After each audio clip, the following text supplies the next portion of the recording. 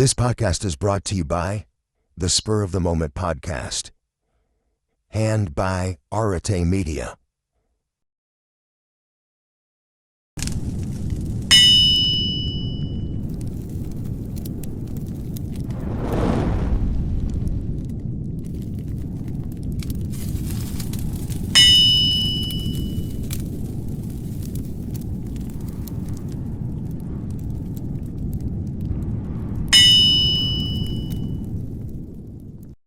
Welcome, everybody, to this very special, long time coming, not that you know that, but we know this, episode of the Arete Podcast in honor of Thanksgiving, which is now over by the time you're watching this. We have a gift for you on the quasi-anniversary of our very first podcast together, in which we It's talked true. about Godzilla. We are doing the Herculean task, which we have done, of watching every single Godzilla movie that has ever been made, and we're grading them. Yeah, man, you presented me with a real challenge. It was, oh man, I counted it. I counted it 3 times, and I don't remember the number. 27 movies in 2 weeks on top of my regular show. It was so many. At one point, I was watching 4 movies a day, just trying to get this done. I was proud. I finished it a day early. I was like, yes, I I actually made it. finished it this morning. I I finished had my to last one. cheat. I had to cheat a little bit because I was like, well, I'm not gonna watch the ones I already watched. I just want to watch the ones, and then I did end up having enough time to double back and watching Godzilla 1 again, which was nice. But I'm like, the There's other a ones I'm going hand off of memory. Yeah, there's a handful that I didn't rewatch because I watched it. Like I had recently watched Godzilla minus one, so I didn't need to go back and rehash it. I had just recently watched Godzilla X Kong again, just for fun. But anyway, we'll get there. So some ground rules though. We're gonna throw the movies out in chronological order and tell you where our grade is on this. We are not tackling series, so Monarch lovers, we're not. No, That's a different. That's a I different didn't have thing. the. We're only talking about movies, but animated movies are up for grabs. And while you Mhm. could argue that is basically a mini series, because I feel like realistically, that's what anything it is. that's on Godzilla's filmography on the Wikipedia article counts. That's where we are with it. But anyway, we're gonna. Yeah. Oh, and before we get into that, just to let you know, tonight's podcast is brought to you by. I should say today's podcast because you may not be watching this at night. Today's podcast is brought to you by our friends at the Spur of the Moment podcast. This guy right over here, and the Arte Media Podcast Pantheon, which will help you if you have an idea for a podcast, including a Godzilla podcast, because frankly, we would do it, but we have not the time. Don't have the time. So we can help you get that off the ground, but you'll hear more about that later. Okay, starting off in the Showa era, we have Ah, we have the the show. Showa me more. We've Uh, got the granddaddy of them all, Godzilla 1954. What grade so did you give this one? Oh, the full bore A, man. It's the first one. It has A. to. Yeah, A. I just getting into this because the last time number one, the last time I did this, I'd only watched up to the sort of end of the Showa. I had not watched the Heisei, and anything beyond Millennium, any of that. So I kind of realized that Godzilla movies fit into 2 categories. Good and Hey, bad. Godzilla is on the way. Boy, howdy, is he on the way. When he gets here, we sure are in trouble when he gets here, and Godzilla fights a thing. And like, in my opinion, and we're gonna get there, there is one of the Godzillas on the way. He sure is on the way, and it's the perfect movie. And this one is like second best. In many ways, this one is the best movie. In many ways, it's not the best, but it's up there. Um, it holds up amazing. And It and there's a caveat here. We're talking about the original Japanese version, not that American butchered I've still version. never seen it. Don't. Some of these I did. I will say I did watch the English version like later Because on you can't because I had find, to. yeah, you can't find the original Oh my Japanese on some of goodness. them. We're gonna get to Godzilla 2000. Boy, howdy, are we gonna get to Godzilla 2000? I have a I story for had you to on watch that. Godzilla 2000 in Spanish. Oh my, okay, we'll do it now. We'll do it now. Okay, No, no, no. this is We're my going Godzilla. we're going Okay, chronological. we'll save it. We'll save it. Yeah. I have a bitch of a, yeah. There's so many times I had to struggle to find the Japanese version. Let me tell you. Yeah, yeah. Anyway. But just some other highlights here. If you haven't seen it, watch it. Oh, It beautiful holds up. It cinematography. holds up amazingly well. The human characters are have good arcs. Like none of Yeah, it's it's a stupid. movie. Yeah. Particularly Sarazawa's tragedy stands out for me, Oh, which is something so you good. don't get in the Americanized version because they kind of gloss over the human elements, which Hollywood comments aside. But yeah, Godzilla 1954, the original, solid A. Solid, solid. I mean, again, my favorite bit is the where his head just crests over a flaming city. Ugh, looks so good. Even like however many decades later. Also, yeah, it's one of like three Godzilla movies that's about anything interesting. Fair enough.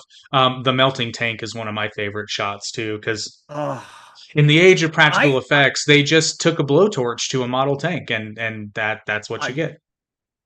I forgot that the atomic breath premiered in the first one. I thought for some reason I thought it was later on. I was surprised to see it show up in this. I had a chance to rewatch it this morning. I was, oh yeah, this one's good. Yeah, like I say, as like people kind of are like, oh, it's about the atomic bomb. It's really not. It's more about the H bomb. Like in terms of having something Yeah. to say and still being kind of socially relevant. Also, you learn a lot about Japanese culture as these movies go on. You do, you do. The weird subplot where Sarazawa and I forget her name, but the girl are betrothed, but they're not really super into each other. And like she has the option to break off for the engagement for her boyfriend, but she doesn't want to do it because Sarazawa's in, like, and the plot sounds dumb, but it makes sense. But anyway, moving on to the immediate sequel, only 1 year later, Godzilla raids again. This is an F. Oh, it's not good. I don't. The thing is, a lot of these early ones, it's dependent on how much I remember it. I do. The only thing that's notable about it is I think it introduces, fuck, Angerous. what's his name? Thank you. Again, it's a Godzilla fights a thing. There are 1,000 times better Godzilla fights a things movie on this list. Solid F. Solid. I Not mean, memorable. this is Also, just, it's bad. it's one of those ones that finding the Japanese version is fucking impossible. Like I watched this in English the first time I watched this. It is available, at least in the States. It's available on HBO Max, the original Japanese version. They have a lot. Actually, I think they have all of Showa and Heisei. For Millennium most of gets in these, trouble. Internet Archive was my best friend, and there was a really solid website that has most of them on. That was my best friend.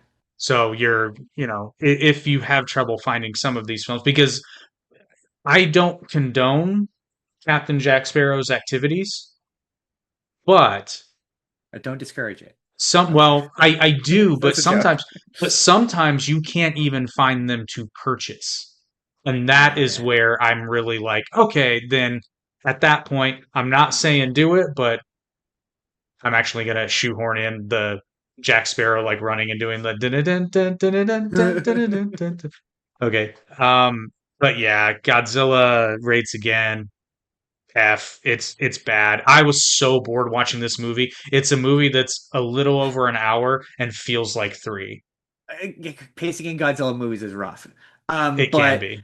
I will. Okay, this is one of many hot takes I'm gonna have. I am fully of the belief that nobody gives a shit about the human characters in any of these movies. Not If true. you do, if you do, if you do, it speaks to the quality of the human characters in the movie. For me, a lot of the That's true. times was get me through bad, awful, like sometimes they're good human characters, but they're far and few in between. Usually, what's getting me through their awful dialogue or bad action sequences is the monster fights.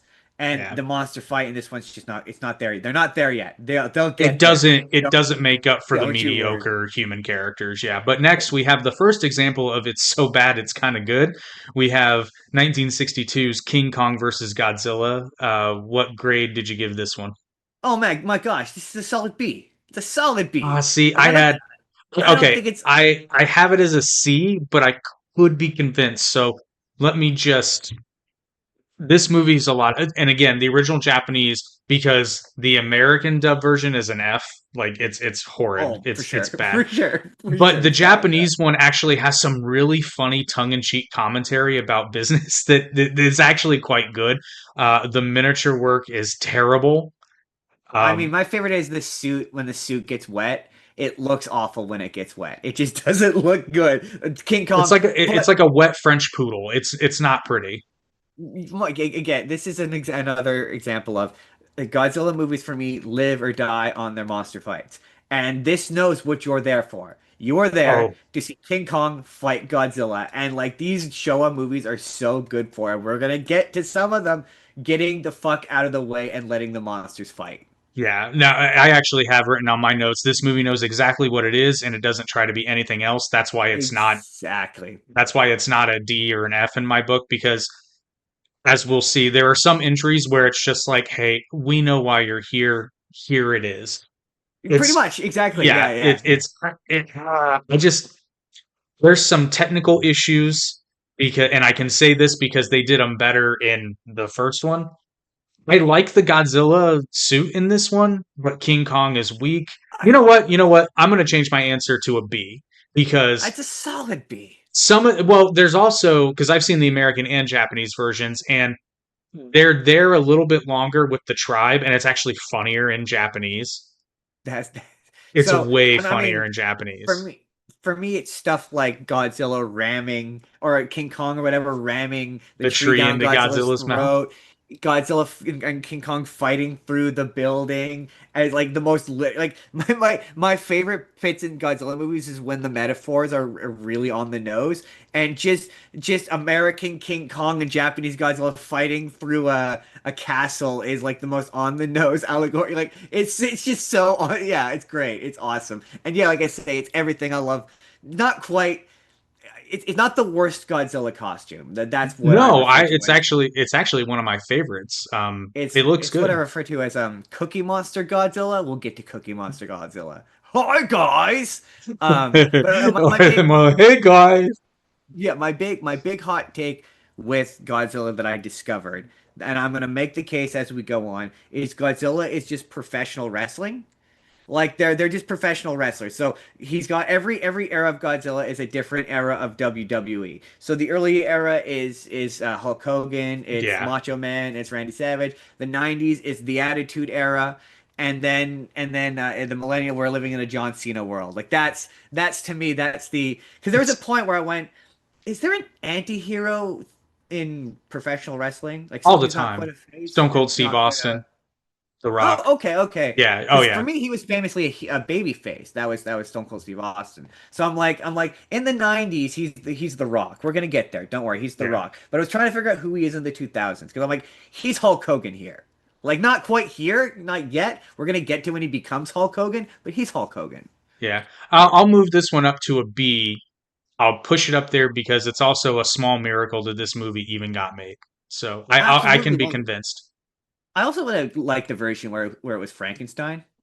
I think where I think it was supposed to be King Kong versus Frankenstein. They slotted in Godzilla. I mean, I love this movie, but watching King Kong fight Frankenstein would also have been fun. That would have been a trip. But on to the next. 1964's Mothra versus Godzilla. This one gets an A. I mean, okay. I love Mothra. I have some spicy takes about Mothra as she goes on. I love her conceptually. Just remind me because I didn't get to go back to the earlier ones because I just didn't have the time.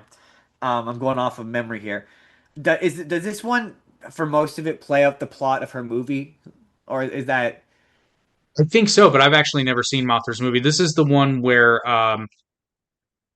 Mothra's egg and yeah, Godzilla's Mothra's trying egg to. go show up. They steal they steal the businessmen steal her little fairies, and then she Yep. comes and attacks Tokyo. Yeah, okay. That's what her movie's about. And so my thing with Mothra that I found interesting, that I was curious about is she maybe like a metaphor for like America, if you think about it? I Because don't think like so. I think Mothra's supposed to be a metaphor for Earth. Now, pause 1 second. I'm just checking OBS because I'd be paranoid. Yeah, we good. Yeah, I've always viewed Mothra as kind of not Earth, nature. Mothra is interesting. nature. And if you like I'm gonna sound really bad here, but I do know this much about Japanese storytelling.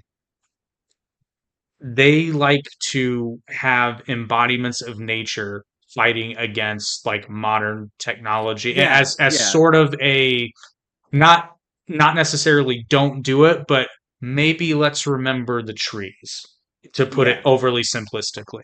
Because the reason why I asked is because I think in one of these she kind of become set felt like it was like she's a good guy until she isn't, right? And I just thought that was interesting. She is a good guy until I made this joke on my Yes. podcast because I love it so much. Until you take her peanuts, and then once you take her peanuts, she's really pissed off and she will fuck you up. This one, So Mothra is pretty much exclusively good. There are some later installments where I don't really like the characterization of Mothra because it flies in the face. Because you're right, Mothra is always a good guy, but sometimes she does bad guy things.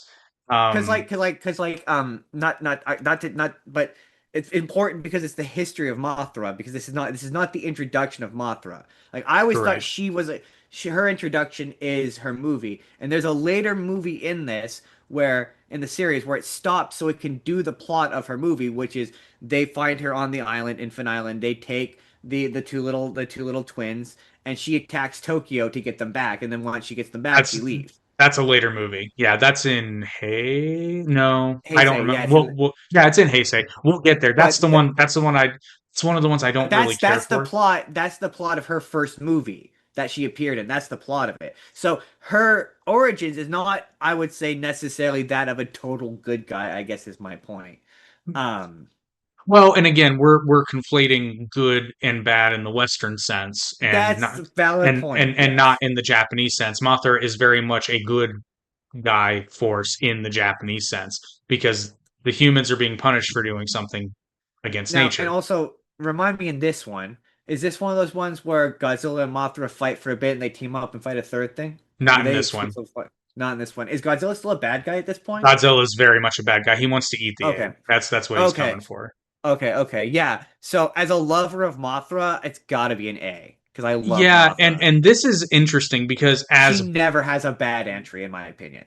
as basic of a plot as this movie shouldn't be as good as it is, but you really feel like you feel for the twins, you feel for the people of Infinite Island, you feel for Mothra, because technically you But in get two terms of Mothras in this movie, but technically, but also, I would say that also Mothra fights tend to be the weaker of Godzilla fights because they just kind of devolve to shooting lasers at each other. I mean, yeah, by its very nature. But I mean, you get the caterpillars, just throwing They do silk. have some decent stuff. They do have some Yeah, decent stuff. Yeah. but yeah, This is I'm I with. don't think it's Oh, go sorry. I for it. was just gonna say I don't think it's one of the better Mothra movies. I think there's better Mothra movies on this Oh, for list. for sure. As effects get better, Mothra becomes easier to deal with on screen.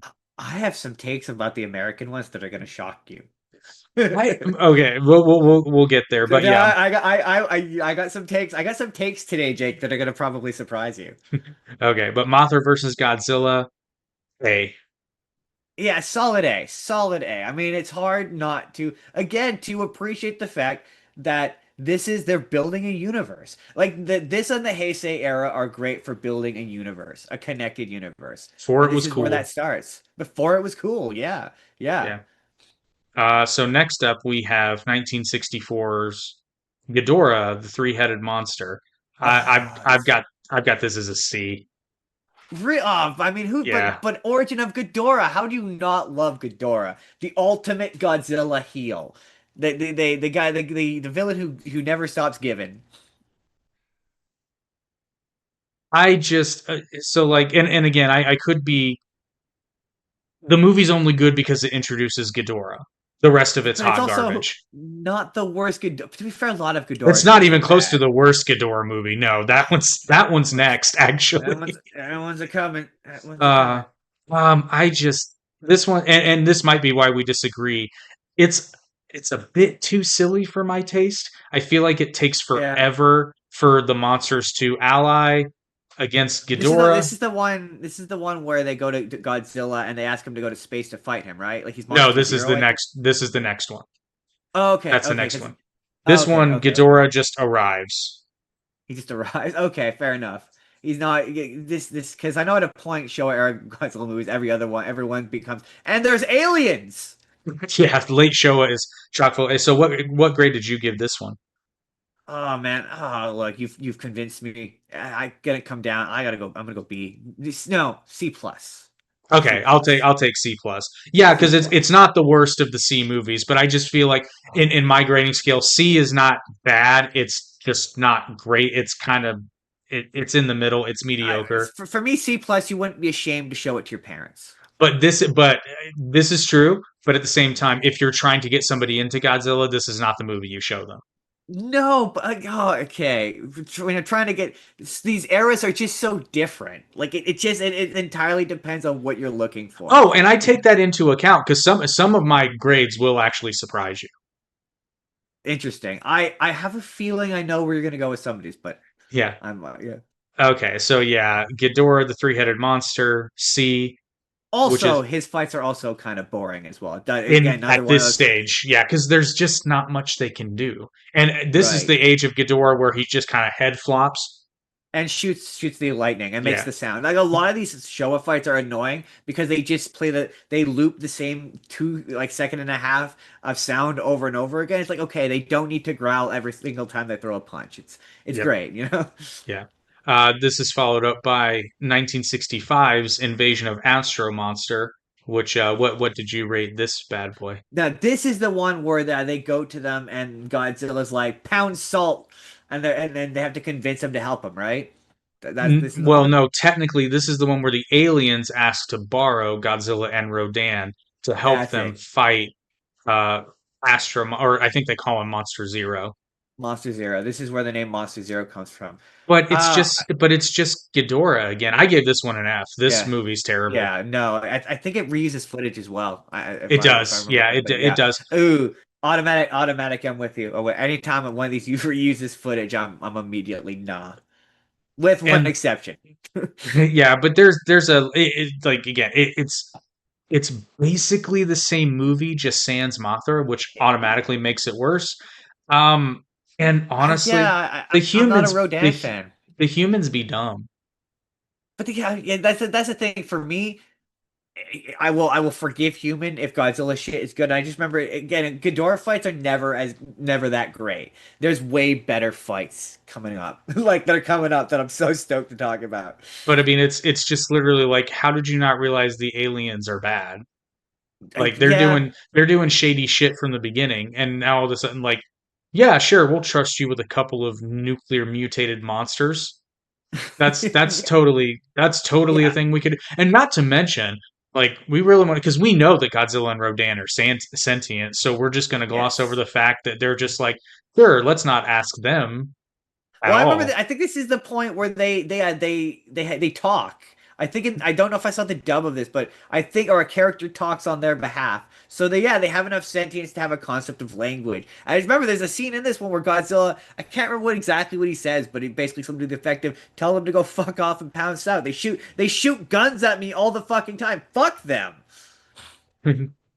You're not wrong, but yeah, Invasion of Astro Monster, hard Uh F.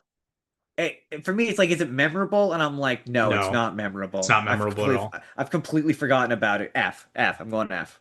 Well, continuing on with the train of schlock that we're getting, we have 1966's Ibera, Horror of the Deep, which, Okay. if you've seen the English version, you would know this as Godzilla versus the Sea Monster.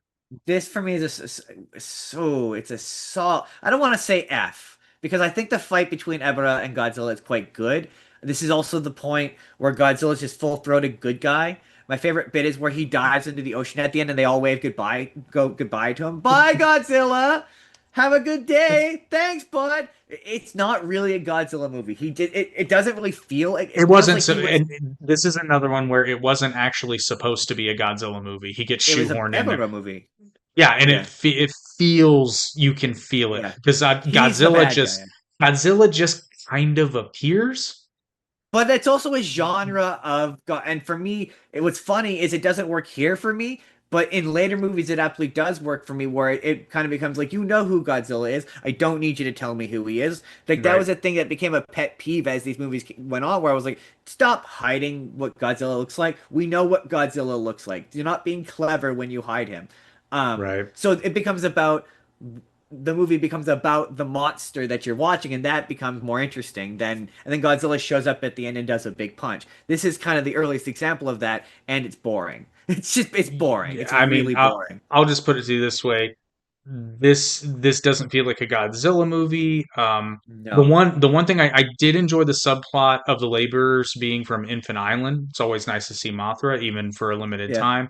The story's just weak sauce. Like I don't buy that this criminal enterprise can exist completely unknown, and I disagree. I think the Ibra fight is awful. I The mean, underwater again, effects are it's just not disgustingly one of bad. the better show. Like there are, look, again, as this list goes on, there are better Showa era fights. There are. I see. But I have this one at an F. Like I it's not particularly fun. It's not. see. It's funny. I don't want to be. I feel like I'm being mean or overly critical. So I will acknowledge I'm sort of grading him on a bit of a curve. But every time you're like, no F, I'm like, you know what? Yeah, I remember hating this. I remember I fell asleep the first time I watched it because it was so fucking boring. See, I feel like if you fall asleep during a movie, it's an automatic F. Yeah. This one was really dull. I do Okay, recall that. so do we agree that Ibra Horror of the Deep F? Yeah, when Godzilla becomes when is shoehorned in and he's not like, but also there's way worse examples of that with human characters later on. Like this is still it understands you're not here, and even if Godzilla's shoehorned in, it understands you're here for Ebra. You're here to see the big lobster monster. It doesn't. It's not trying to convince you that the human characters are interesting. This is true. So Ebra, Horror of the Deep. Solid F. Next, we have Son of Godzilla from 1967. What grade did you give this hunk of something? Hmm. Again, solid C. I like Really? Manila. That's, I like Manila. I don't dislike him. I It, don't, but but it's not my favorite Manila movie though. Like, but my favorite Manila movie is coming up, and it's my favorite Manila movie, ironically. So, but it's also oh not the best Godzilla Jr. movie. That's coming. yeah, trust me, they do this bit. I have this one as an F, but I think it's a softer F. I could be convinced to bring it up to a D. Because believe it or not, this is not as bad of a story as the previous one. The human characters aren't terribly interesting, but compared to the previous one, they're downright fascinating. Also, this has the Baragon fight, right? I believe Baragon. Is that the the one that spider? the not the spider, the big green cat looking one. I don't They think reused the footage and destroy all monsters. That one. maybe now I can't remember. I thought this one he just fights the spider and the mantises, but there might be. I don't think Yeah, Baragon. no, it's not Baragon. Oh my God, what is it called? Hold on. Let's see if I It's can not the one Google where the this. kid thinks it's the bully. That's coming. No. But the monster fight that's in that one, I think. Oh no, that one. Sorry, that one. Sorry, I might be wrong. That might be from Destroy All Monsters. I Never think mind. you're thinking Destroy All Monsters, Yeah, I think I am. which is coming. Um, but again, the story's pretty weak sauce, and we've already seen the native girl character in the last movie, and it was done better. True. Also, doesn't this introduce the concept of Monster Island? Yes, because this Yeah, they're like this movie's just so nonsensical because they're there to freeze Monster Island for some so reason. I thought about this when I was watching. Is Monster Island is that okay? Remember how in Godzilla 1, we're gonna go back in time to earlier in the episode. Um, Godzilla is he comes from a particular island, which name is escaping me at the moment. Odo Island, Odo Island? Odo Island. Odo Island. Is that Monster Island? Or is No, Monster Island a different island Monster now? Island is a different island. Because I did think about it. So this movie is gonna get higher for me because I love Monster Island. Especially as as the Showa era movies go on, and it just becomes a part of their everyday life. It's just and it made me think like I kind of want to see a sequel to Shin Godzilla or like a realistic in the real world Godzilla where Monster Island exists. What is the socio-political like ramifications of having just an island with those kaiju? And I guess the American movies kind of do it, but not in a way. Like I want to see the Japanese do it. Be like Monster Island exists, all the monsters exist on it, and it's something they have to deal with in their world. Like I want to see the hyper realistic version of that. See, but again, we've got to keep it in this movie. So you think this is a C or a D? For me, I think it comes up to a C minus because it introduced Monster Island. Introducing Monster Island is a lot of lifting for me. You gotta I look. love Monster You Island. gotta meet me in the middle here. I'll give it a D, but Okay, I'll come down to a D. I'll come down to a D. yeah. So Son of Godzilla, D. To me, there's just I a need points for a couple of obvious ones coming later, so I'm gonna need some good juice for those ones to convince because I'm going for right. some A's where I think you're probably gonna give some F's. What are we gonna do? Alrighty. Well, next we have Destroy All Monsters, which I surprisingly give this one a B. I agree. It's a solid B. I mean, this is where the monster fights are getting good. Again, Godzilla, full board good guy. Um, I think I said this the last time I was on here for Godzilla, which is it's like the Avengers of God, because all of those characters were Yeah. all in their own individual things. Ghidorah's Thanos, like in this context, like or Well, and not only that, Loki. I found myself actually like I found myself really at least sufficiently engaged in the plot in this one. Because like the aliens are taking over and this is done later. But the aliens are controlling the monsters. The humans have to Yep. figure out what's going on. They have to figure out a way to get this to work. And then when the monsters get free, they're like, "All right, This is one of those movies where again, it knows what you're here for. It knows to get the fuck out of the way. It knows you don't give a shit about the human characters, and the human characters only exist so they can go where. Oh, so you don't watch The Simpsons, see, but so you can be where's Godzilla? Like that. It's one of those movies where they're just getting out of the way. Like a lot of these late show era movies, the last 15 to 20 minutes is just monster fights, and that's yes." what I And showed up for. That's what I want. I don't give a fuck about the human characters. certainly when you write them this way, but yeah, Destroy All Monsters because Yeah, I'm going to go. it's I'm got going to its say B flaws. plus. It's got its flaws, but on the whole, it's It's not peak Showa era for me. no, We but it's agree, enjoyable. This but is it is one where enjoyable. if you want to get somebody into Showa era Godzilla, you're just like, dude, watch This is the this. gateway. This is Yeah. not full bore Showa, but this is gate. This is gateway. This is a yeah gateway drug for Godzilla. It's there. It's there for me. All right. You Well, don't next, start out with Godzilla 1. That's an expert level Godzilla movie in my opinion. yeah, that's the one you show them after you show them all the goofy stuff, and they're like, oh, Oh, this could be oh. film. This Yeah, is which is funny film. because I didn't watch the original Godzilla till much later. I was watching all these Showa era ones, but we now follow up with 1969's All Monsters Attack.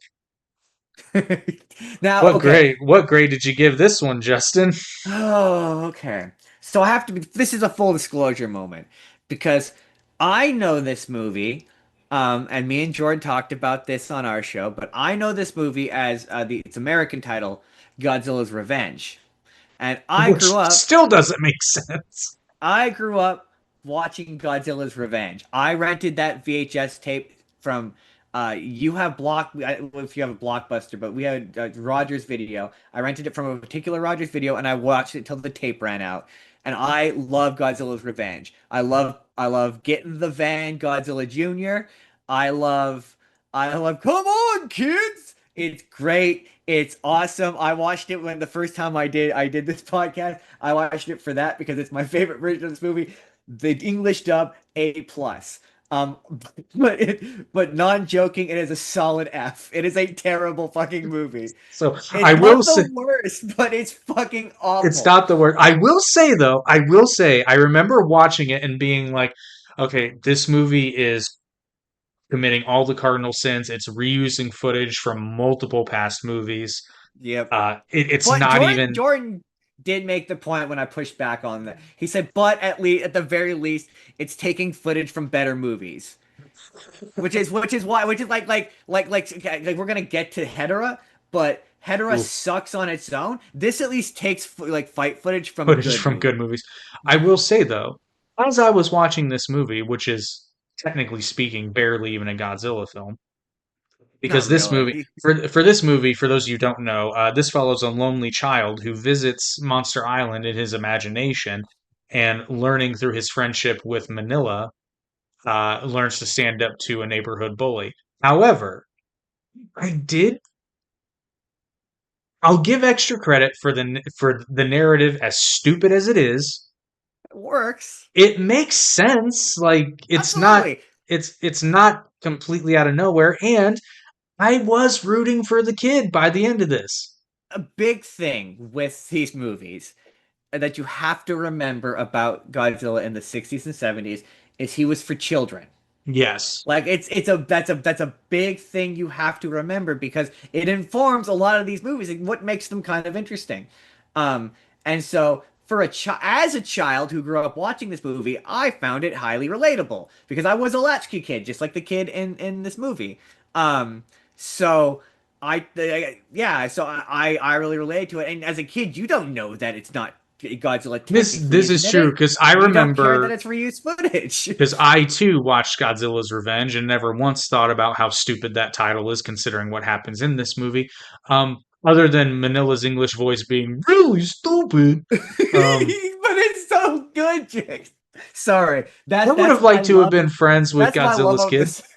Yeah, exactly. I think it's because, like, look, man, me and Jordan talked about Barney, but I was a huge Barney kid, and he reminded me of Barney. I was 5. I love that movie, and so my nostalgia would rate it higher than like the for lack of a better word, movie critic I am now. That just makes me want to see Kaiju Barney. I'll give you a hug, motherfucker. I mean, Jordan always maintains that the Barney of his imagination is probably more akin to the Godzilla from the 90s. Gonna get there. We're gonna get there. We're gonna get there. Them kids. Yeah. But so, But no, that's a solid F. so It's solid F. all monsters attack F. It's the real low point. I didn't realize it could get lower, but it's really in that Oh valley. boy, yeah, it's at the bottom, but it's not at the very bottom. That would come with our next entry, 1971's Godzilla versus Hedorah, which I gave this one a special grade, Justin. I gave it an H for horrible. This is the worst Godzilla movie that has ever been made. I think it is. I mean, there's so much to love. My favorite moment is when Godzilla is just punching pollution. That was really funny. I had to go back because I thought I had watched it, and then I think maybe we were doing a podcast together, or I was watching you on Toon Talk, and You you brought were it up, just and I was like, absolutely not. This is not a good movie.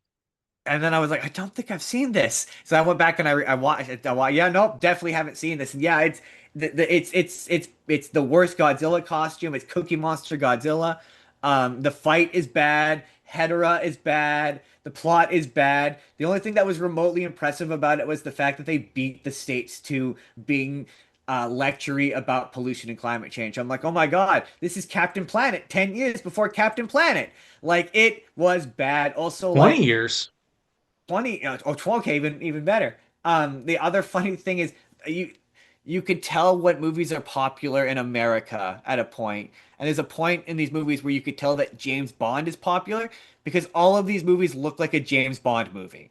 Like This is true. a bunch This of them is look like a James Bond movie. this is true. I actually dubbed this one Godzilla versus the 70s, I and could see why you would say that. The soundtrack, when they start introducing bro, the there's soft jazz, I'm like, oh my there's God, not the 80s, there's not 70s. one music video in this movie. There's I think is there 2 or 3? It keeps, I think if I recall, it keeps cutting back to they're in a club randomly, screech Yeah. singing in Japanese. And in the version of it I had didn't play subtitles, so I had no context for what was happening. They were just Oh. screech singing in Japanese. Well, and there's another scene where Hedorah, like, because Hedorah can like slime areas with toxic sludge, and he slimes the Yeah. club. And for some reason, there's a cat covered in toxic goo, and I can't help but wonder. I think the director just wanted to see a cat covered in goo because there's Probably, so no yeah. reason why this exists. I will, however, I will give credit for one thing. The idea behind the monster Hedorah is not bad conceptually. The Probably, evolution, I mean, the execution is just I was gonna say it's horrendously probably bad. one of those monsters that just special effects wise they weren't ready yet. See, this is the point where I'm starting to watch these movies now for this. And I'm really hoping you're gonna help me with some lifting here because when you cram 30 movies into your brain, I'm like realizing I'm like, oh my God, specific details are gonna be tough for me. I realized that once I got to this movie, I was said remembering all because some of these are basically the same movie. This is going to be tricky. Yeah. Um, which is why I have plot synopses written down just in case I get confused. Excellent. See, I was like, Jake is my Star Trek buddy. He always comes prepared. I'm the spur of the Yeah. moment guy. I'm loosey goosey. That's my bit. But yeah, Godzilla versus Hedorah, 8. Bad. It upset me. It was so bad because It's so I had just watched Megalon, I and considered I love I considered calling this whole thing off because I'm watching and I'm visibly angry having to watch this movie and I'm like, I uh, can't believe I did this to I'm just like myself. Godzilla versus Megalon gets all this shit, and this is so much worse. It's Sorry, so much worse. I'm But gonna get to Godzilla versus Megalon in a bit. well, we next come to 1972's Godzilla versus Gigan. Okay, What did you give this guy? okay. I love Gigan just aesthetically as a bad guy, as a villain. This is the point where the fights get good. This isn't quite the knuckle dragger that the next one is, but this fight's good. I was surprised by how violent it was. There's blood. Like, yeah. There's blood.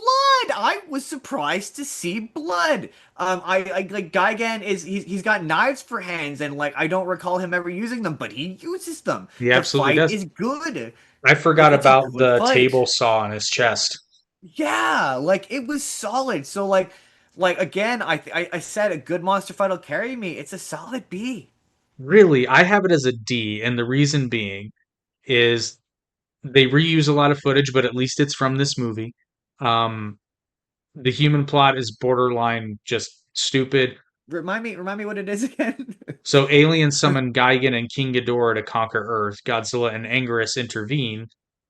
But this Oh, I movie, watched the dub of this. Okay, okay. This is a. I watched the dub of this, and in the dub of the, you watched this in Japanese. yes, This is the you reminded because this is when I started watching them. We did a podcast. You reminded me I was supposed to be watching them in Japanese, so I watched the dub of this, and in the dub of this, Godzilla and Anguirus talk. they have speech bubbles and they kind of do like the Snoopy. Oh, okay. So they Godzilla has a horrible voice that sounds like Voldemort. It's horrible. It's terrible. It's the worst thing ever. And I was like, what is happening? I hate this. It hurts my ear. They But as lost he's me at like, this. They lost me at the speech bubble. So I say D. You have it as a B. Can we meet in the middle and say it's a C? Because I will give I it can cool factor points for Gigan because Gigan I is awesome. I also think well, this is a point where Godzilla kind of becomes a character in his own right. Like he starts to be in the Showa era. Godzilla starts to develop a personality and a character. And again, he is very much a good guy. This is one of those ones where he shows up in the end to save the day. And I think at one point a kid cheers for him. Yes, Um, that yeah. It takes a turn. So I guess you say B, I say D. So I guess we just have to do an aggregate for the overall rating and say it's a strong C. I'll meet with a C. I'll meet with a C. Okay, so Strong C. Godzilla versus Gigan C, and I may have fallen victim to the fact that when I saw Godzilla versus Gigan, because I too like Gigan, I was probably expecting more from this, not Yeah. understanding this is Gigan's first But appearance. the fights are so clean at this point. There's not a ton of cuts. There's not a ton of shaking. Like you see everything. Also, this is the point where like every fight either it takes place on that like mountainous range. None of them ever take. I noticed this during the Heisei era that I don't think a single fight takes place in a city in the late Showa era. It never takes place in a city You're right, I don't think they do. That's an interesting. because I don't think I Godzilla's a caught good that. guy. Godzilla is This a is good guy. true. He's a He baby he face now. He can't hurt people. he Goku's it. He's like, let's go somewhere secluded. Yeah, you'll notice it's always in like a quarry or like a desert or like because they pay homage to it later on in Godzilla Final Wars, and I thought that was funny. I was like, yeah, you never see them fight in a city. All right. Well, next we follow up with a fan hated or fan favorite, depending on how you like your Godzilla. We've got 1973's Godzilla versus Megalon. I A, okay, immediate A plus, okay, A. okay. I give this one a C because okay, there's this is another movie where you know why you're here, it knows what it is, and it doesn't Yes. deviate. However, there are some elements to this that are just so fucking stupid. I mean, I Um, love I love that. I love how you're like aliens for every single one, and then you went this one aliens. And went no shit, no. Technically, they're what like no, Atlas or Atlantis people or whatever. no, they're Easter Island people, Easter Island but people. they That's call what they are. aliens for help. Do they call it? Well, Yeah, that's how they get Gigan. Oh, okay. Okay. Okay. 'Cause to be fair, this is one I grew up on the dub, so I fucking love the dub, I and grew I up on watched the the. dub. I actually I couldn't find this one in Japanese, so I had to watch the dub, and I'm just like, Okay, so I missed the bit just out of nowhere. Gigan was just there. He just flew in out of nowhere. I was like, and that's where I was like, oh my god, this is professional wrestling. Like it's one on one, well, and and then some shots are reused here from Godzilla versus Gigan, interesting. Yeah, which I is still have. funny because kids don't notice this, but the shots that are reused, the sky is different and Godzilla is different. I That's never noticed it as a hilarious. child, but I'm watching this, I'm like, hey, Because I didn't hate the Godzilla suit. I love that it was once again the extended nose. It looks clean. The fight is phenomenal. It is I'm so yeah. good. Jet Jaguar is the highlight of this movie. Oh my, okay, so number one, it's everything I love about Showa era Godzilla. It understands, like you said, you're here for the monsters, so the last 20 minutes is just an extended fight sequence. It has some of the best Godzilla fights. I love how in this Godzilla's a dirty boxer, so he's just straight uppercuts. My favorite bit is when it becomes a 2-on-1 with Gigan and Megalon against Jet Jaguar, and they're just kicking the shit out of him, and then I have Godzilla comes flying in. He I comes have to flying in point out of out, nowhere. yeah, I have to point out one thing though. I did laugh audibly when Jet Jaguar is acting as though he's exhausted. He's I a know. robot. He's a But no, but that's robot. part of the professional wrestling I match, know kid. it's so great. And then, He's selling it so well, and oh my he's God, so good, so good. I love when my favorite bit is when they're like, oh, he's taught himself how to grow big, and then it cuts to Godzilla as if Godzilla's like, did somebody say grow big? And then yeah, I love how he comes running in and saves Jet Jaguar, and then it becomes a one-on-one fight, and just cuts to Godzilla on top of Gigan just raining down haymakers, and he's like, it's not so much fun when it's a one-on-one fight, is it, bitch? Like just A, solid A. you Love know it, love what? it You know every what? second. I'm gonna meet you at an A because I was very cynical when I was It watching this. I actually have written on here trash but fun trash. it's fun. It's yeah, like I say, it knows you're here for the title fight. It gets to the title fight. The title fight is good. Like I say, it all looks good. The Godzilla suit is so mobile. I discovered Godzilla fights get boring when it just becomes him shooting the atomic breath. And This so is yeah, true. to see This him is one of the top fights. It is that there's no like disputing that. I just think that this is an underrated Godzilla movie. I think everyone just thinks of the oh my god, everyone thinks of the goofy dub, and no one pays attention to the quality suit fighting. The action is good. Um, there's a rumor that this was originally a Jet Jaguar movie, and I could definitely I see can see that. I can see why that is. It definitely made me go. This is the one that made me go, and I've said it before. I don't understand why Godzilla and Ultraman have never done a crossover, because Ultraman is Subaraya. They're the guys who do the suits for Godzilla. That's the same company. And the first monster that Ultraman fights in like the first episode is just Godzilla in a costume. It's literally a Godzilla suit with like extra bits on top of it. And I always thought that this was that. Like I thought that this began its life maybe as being attached to Ultraman. And no, Jet Jaguar was his own conceived character. I would like him to come back for the next one, like really badly. I've I changed my don't opinion on who I want the bad guy to be, though. I legit have. I don't think he'll come back for the next one, but you know what? I'll meet you. Godzilla versus Megalon A. Just for Yeah, just for pure fun spectacle because it is fun. And that was the one I I'm was gonna fight for the hardest. yeah, no, I'll meet you there because if you like your super serious Godzilla, this probably will be a C for you. But if you look at it in a vacuum, like I said, It's the best it. Godzilla fights a guy. It's not the best Godzilla. Hey, Godzilla, he's on the way. Godzilla. That it's not that, but Yeah, I think it's upper echelon Godzilla fights a guy. it's trash but fun trash, as we say. But moving on to 1974's Godzilla versus Mechagodzilla. Um, I had this one at a B. Yeah, I'd be yeah. Like okay, I like Mechagodzilla the more he appears. I, I dislike him, I should say, the more he appears. Sorry, I oh yeah, dislike yeah, him. yeah. Less and less interesting the more they do him.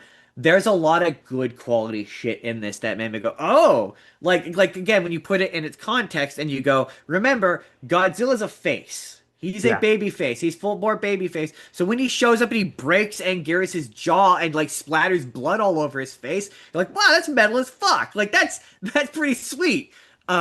Like it's way more violent than I remember, but that's a to a 8-year-old Japanese kid, that's a big deal. Godzilla just took out his friend.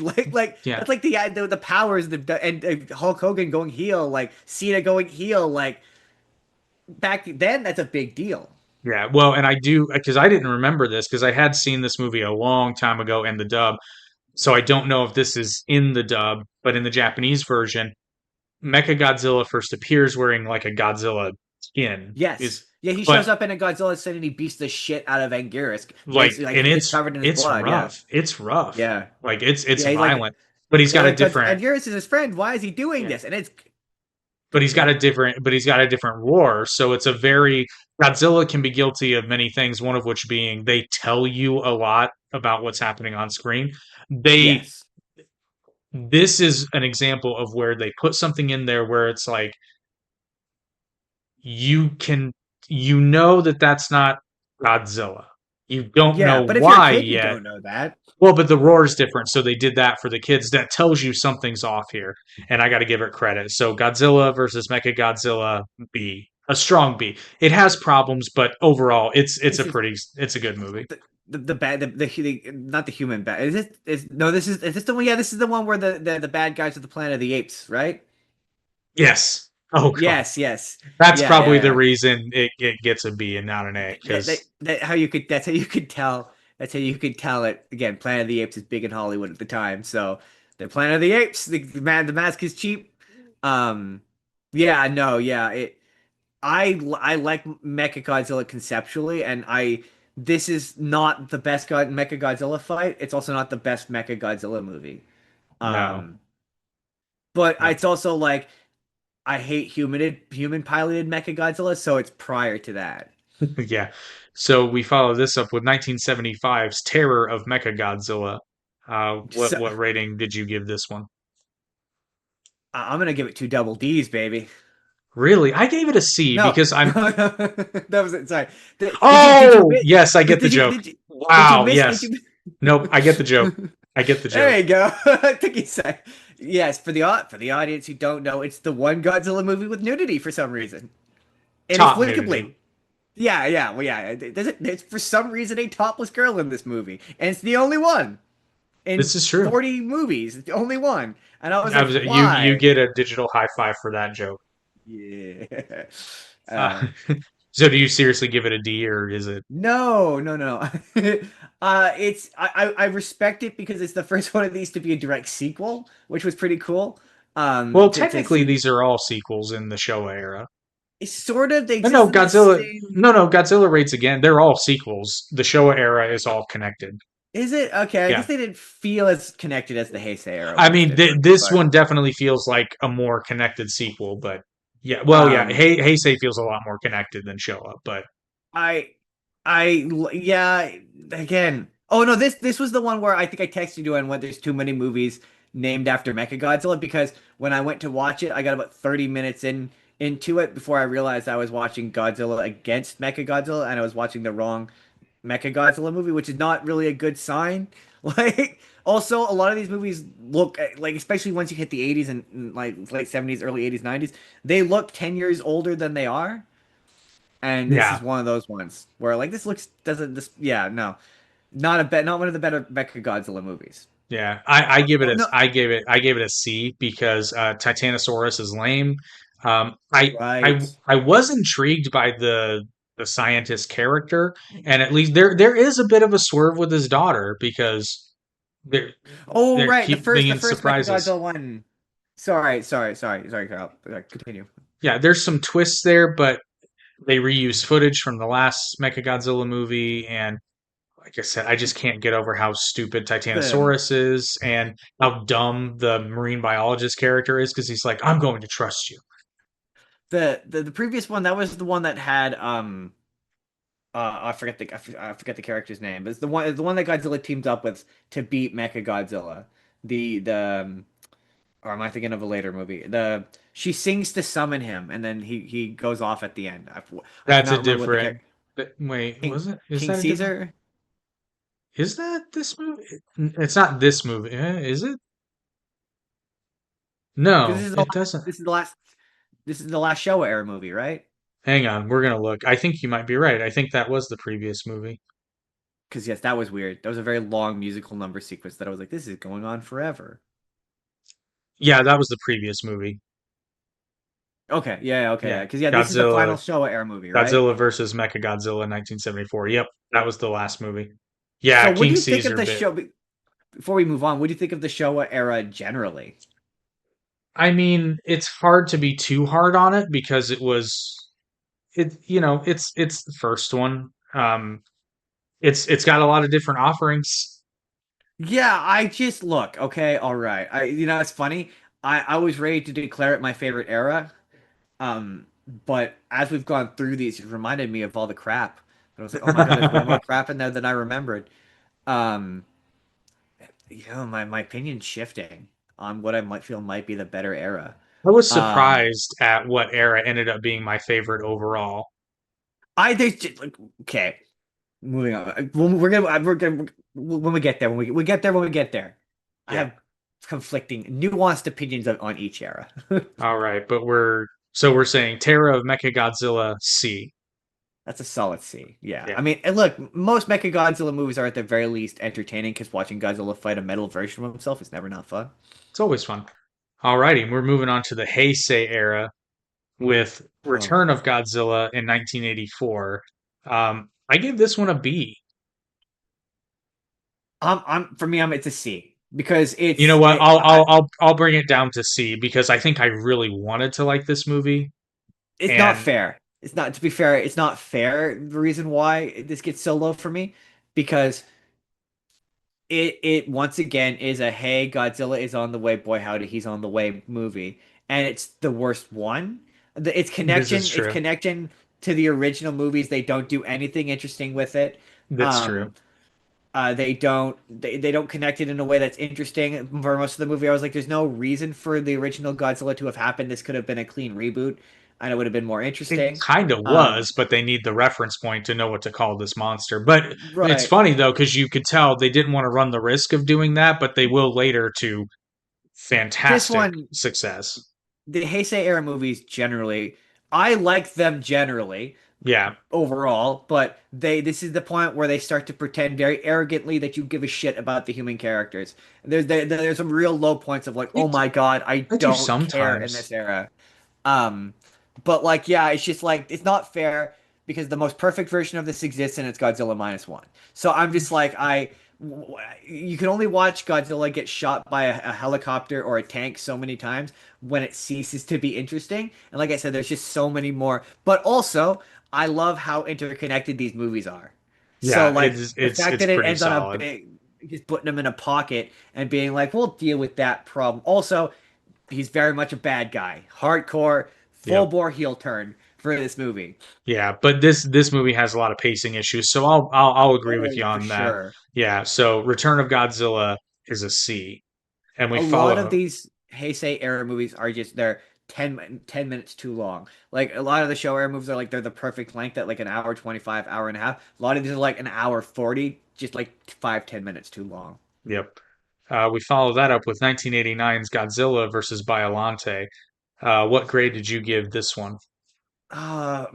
It's tough.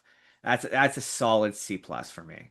I have it as a C because I remember liking this movie a lot more. See, I was looking forward to it because you said that it was really good. And I was like, man, this is number one. It's really preachy in its messaging. Number two, um, the Biolante fight. Okay, every Heisei era fight is awful. Like I don't really think there's a good one. You're not But it's terribly wrong. Yeah. this one is just particularly it's boring. And like my thing again, I think is this the more it introduces the psychic character? Yes, which is Oh. probably the strangest. I looked into her. She was Uh, apparently really popular in Japan at the time. Like apparently crazy, stupid popular, which is yeah, why she Miki. keeps coming back. Miki. Oh my. Every time she was on screen, I wanted her to die. Like I was just like, please, for the love of God, this is awful. As it continues to go on, it becomes less and less head scratching. But in this one, you're just kind of like, why is So she she here? can hear the person's spirit who's possessing Biolante, but then it dies. And once again, yeah, what's interesting is not so much this one because I didn't watch this one, but for later ones, yeah, the idea of what Godzilla is becomes muddled. But this one very much, yeah, he's again straight villain, straight the bad guy. This movie's about stopping Godzilla and beating Godzilla. And Yeah, I just didn't think the Biolante. Okay, put it to you this way: there's a reason why nobody remembers Biolante. see. I do. I think I really like the concept here, but the execution is flawed. I like the concept of a grief-stricken father trying to hold on to whatever he can of his daughter, and he ends up creating a monster through his own hubris. But they kneecap it at the end when Violante dies, and his daughter's spirit like kind of gets released and is like, "It's okay," and it's like, no, he's paying no consequences for his hubris. This is not good. This is not a good thing. I mean, that's basically what 90% of Heisei era Godzilla is humans paying for their hubris. Yeah, but this one he doesn't in the end. Like you think he's going to, and then he Yeah, doesn't. I just yeah. Oh, and special shout out to them not so subtly alluding to Saudi Arabia, Sarabia, really? In terms of trying like the Heisei era movies are at their worst when they're trying to, and the Millennium era movies are just as bad. They're at their worst when they're trying to be about something. And like This is true. this is trying to be about environmentalism. It's not quite as bad as some of the later ones. And I just don't think the fight you get they discover special effects in the 90s and a lot of these fights just evolved to Godzilla shooting lasers. This is not the worst. We're gonna get to Space Godzilla. Oh, but first we have to go to Godzilla versus King Ghidorah, which I'm gonna be honest, I give this one a B. This This one's one's pretty good. I okay. There's a lot of it I like. Okay. The number one thing I always say is everyone knows the Showa era is the best. Clearly, the Japanese did because this is a Showa era Godzilla movie with a Heisei era coat of paint. It just it's really Not agonizingly wrong. boring. Really? Godzilla does. Oh my God, Godzilla doesn't show up till like an hour in. We know that's why. Well, technically, not. It's not true because I love the Godzillasaurus segments. I mean, yeah. I mean, this I will say this does flesh out Heisei era Godzilla's backstory. I also love the fact that, unlike America, Japan very much is like, no, there's more than one Godzilla, and that I appreciate. I appreciate that like there's more than one Godzilla, and I do like the implication that being Godzilla is a curse, like Yes, that I like did like it that. that it makes them crazy. Like Yeah. that makes them and he again once again is a straight up villain. There is a particularly ridiculous part where he sneaks up on a guy. That was weird. He stands there for the correct opportunity to ironically kill him with some atomic breath. It's very strange. He very deliberately murders a lot of people in this. It's very odd. My favorite bit is when they energize him and make him gigantic at the end and he punishes them for their hubris. That was really funny. Um Yeah. but yeah, I do. This is one of those ones where it's trying to be like clearly there is some sort of economic thing happening between America and Japan in the 90s because this has that commentary about how Japan is going to become too good economically and so they have to come back in time to prevent them from becoming an economic superpower.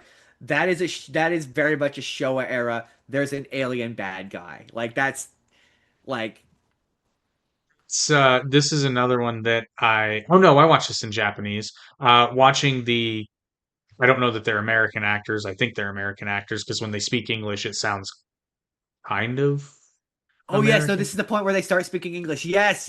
Oh my Oh, God, yes. except. Oh my God, the when they go back in time, the American Navy officers. And Yes. did you catch the Yes. Steven Spielberg reference? Yes, I did. Yes. It's so weird. I said to Jordan, this must be because my friend she talked when Iron Man 2 came out, I'll never forget it. The bit where Whiplash speaks in Russian, she said was agonizing because it didn't sound right. And I was like, I couldn't, she could never quite articulate what that meant. and I never understood it until I watched this movie. Or several of these where English people speak in English randomly. I got confused during. I But think it not, was but not, but not Japanese people speaking English, like no, it's English people speak Americans. English Yeah, Americans speaking English in ways that no one speaks English. to the point that you would be like, you would think that they would stop like, hey man, people don't talk like this. Like they don't. This Well, is not how it. the only thing I can think here is that they hired people on the cheap who couldn't really act, and the Japanese directors or people involved either didn't know English well enough to or didn't care that the line delivery is like a 4-year-old at a school play and a bad one. Yeah, it's very. And there's times where like Japanese characters are speaking English to each other. Like enough of these early Heisei movies are enough of it is in English that when I put on one of them, I thought I had the dub because so many of these movies it was a struggle to find the Japanese version. I thought I had accidentally put the dub on, and I was like, Yeah. "What?" And so I just pictured some Japanese person be like, "Why so much of this in English?" It's very bizarre, very strange. Also, yeah, So just Ghidorah fight once again, not very interesting. The fight's just not very I interesting. like Also, the fact that Ghidorah's updated design though. It looks a lot more menacing. but so much in these Heisei movies, they discovered that Godzilla can shoot lasers, and so much of it is Ghidorah flies over Godzilla, and Godzilla shoots a laser at him. I do like the Heisei era introduces the concept of Godzilla's bad guys having multiple forms. Hmm. That I dig. It is a little stupid that she just appears out of nowhere as Mecha Ghidorah. I did not care for that. I thought that was fucking stupid. Um, yeah, boring. Just like so many of these Heisei era movies, Really? they're So just boring. what letter grade did you give this one? Oh, a solid C minus. I gave it a B, but I'll meet you at a C because there are elements that I liked, but there are some elements that are like you said. The fight, especially compared to the Showa fights, is quite boring. But I really appreciated the updated, more menacing Ghidorah design. But there are better versions of it, so I'll give you a C. So Godzilla versus King Ghidorah, C. Yeah, solid C. Alrighty, we follow that up where, and this is a hill that well, no, I won't die on this hill. This, anyway, we have 1992's Godzilla versus Mothra, which Oh, solid. I gave it an A. Oh, solid A. Like it's Oh, one of the okay, few. Yeah, interesting. I didn't love every single one of these Heiseis. It's one of the ones I love. I grew up watching this. This is where the ending of this movie always. I realize I vastly misunderstood it as a child because my idea of Godzilla is I'm a child. He's a good guy. So like I didn't realize I thought Batra was the good guy. So the moment where they're like, "Hey man, we hate each other." But that guy sucks so much worse. Is so awesome. Yeah, there's a moment again where Batra goes babyface. Like he's a I was gonna heel. say Batra does a full face turn because he ends up sacrificing himself for Yeah, the to get out. And yeah. my last note on this is like, who would have thought I would have felt bad for Batra? Right. Like the fight. I mean, it does involve the psychic girl a bit too much for me, but Yeah, but the fights for Heisei era fights, it's one of the better ones. For a Mothra fight, it's one of the better ones.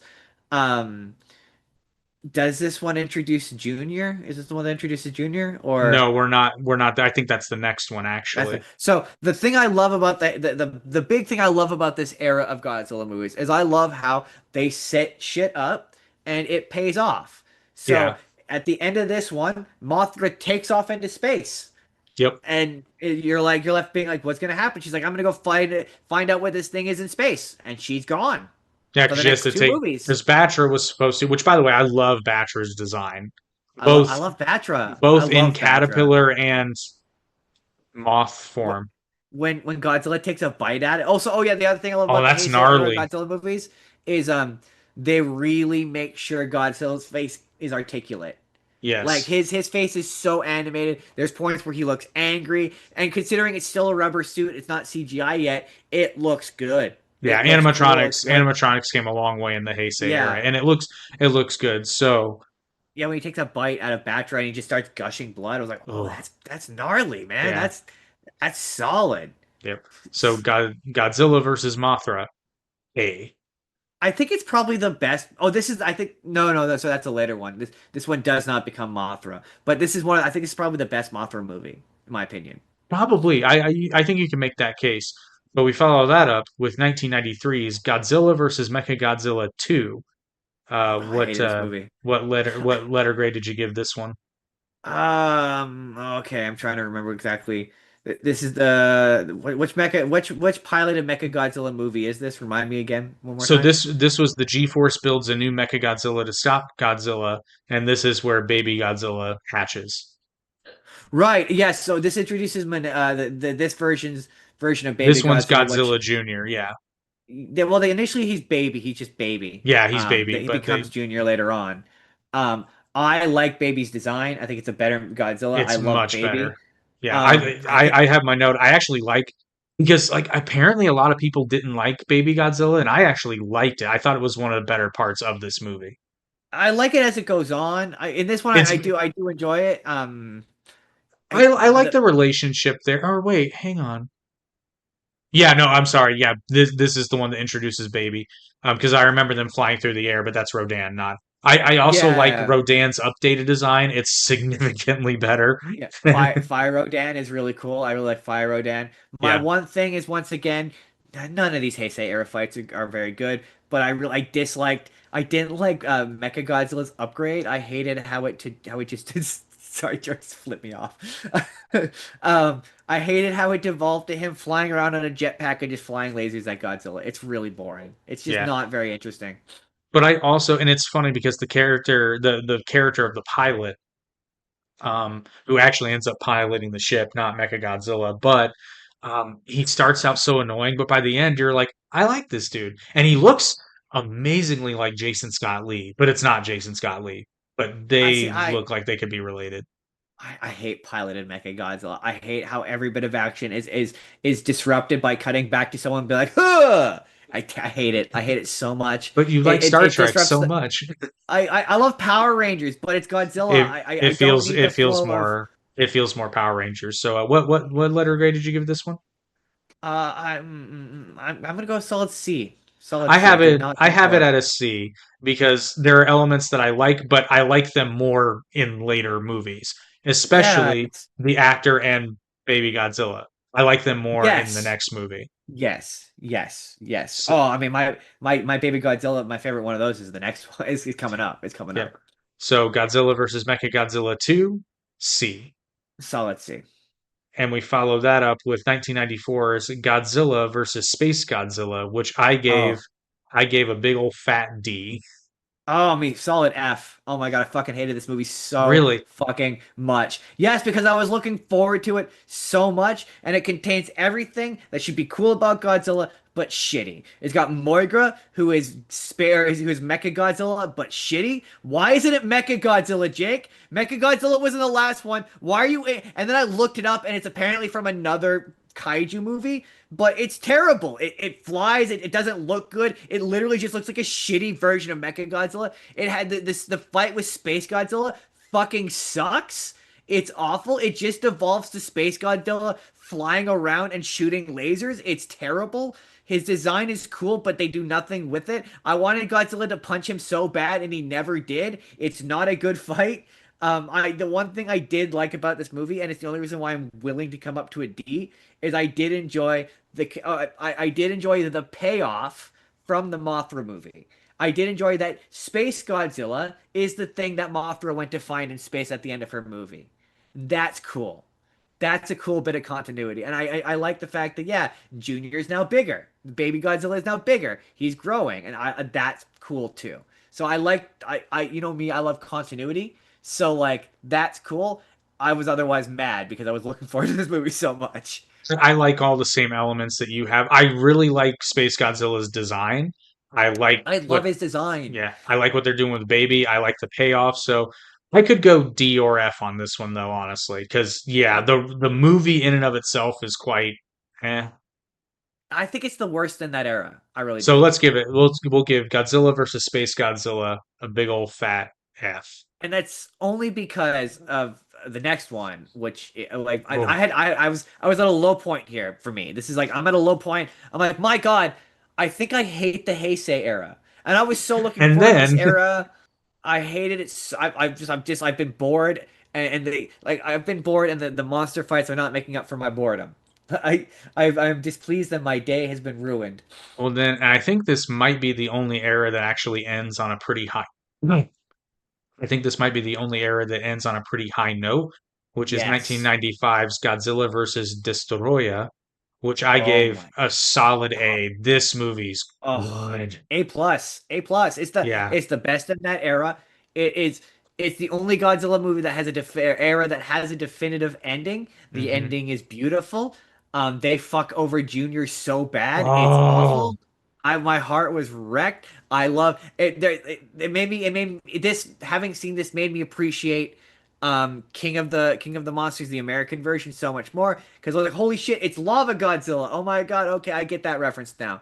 yeah. The Lava Godzilla or Exploding Godzilla is fucking terrifying. I It's a love the great ticking time design. bomb. I love the ticking time Oh, bomb. I love the design. That so moment, again, where good. Godzilla goes over to his dead kid, and you're just hoping there's a moment where you think, oh, he's still alive. And then, no. Oh, I No, mean we've already pulled your heart out. Now we're going to throw it on the ground and stomp on it. it's when she betrays Junior. Oh my Oh, God, it ripped my oh. heart out. Ripped my heart out. It's like I said, the See, fights are all good. this movie for me makes Miki tolerable because we get that moment. But she's got the stupidest moment in the fucking movie when she stops out of nowhere to be like, you know what? I think I'm gonna stop being psychic after this. Yeah, Like what? that's Just true. completely unprompted, out of nowhere. Like, you know what? This is the last one. I'm not coming back for another one. Just so you all know, just so you're all That's aware, I'm not coming that's back for another one. that's fair. But yeah, Godzilla versus Destoroyah. I It's mean, so A. good. I mean, when Destroyer's design's good. The fight, it's easily the best fight in that era. When he drops Junior, it's good. It's got I love the acknowledgement that there's more than one Godzilla because it makes these movies make sense. There's a connectedness to them where you can be like, okay, yeah, that's how Godzilla can. And also, I like how in these later part of these movies, I like the development of their existence with Godzilla in their world and how it evolves. Like I may not care for the individual movie, but like as a universe, it is the most cohesive. I think the most cohesive version of Godzilla, and it's the perfect finale. For It like, is. Yeah. and to be clear, that was the last Godzilla movie. Like, there's a reason why they brought Godzilla back. This was the last one, and as a finale to Godzilla generally, it's kind of the perfect finale. It is. It is absolutely. Well, we're going to take a quick moment to tell you a little bit more about the Spur of the Moment podcast. So check that out right now. So today's episode is sponsored by the Spur of the Moment podcast, everybody. Come join us every Saturday. We're going to do this. We're going to sit here. We're going to talk about the news. Time to talk about the Minecraft. Okay. It looks So, bad. We're going to talk about movies. That new Joker movie is apparently terrible, and I want to see it so badly because I hear it's awful.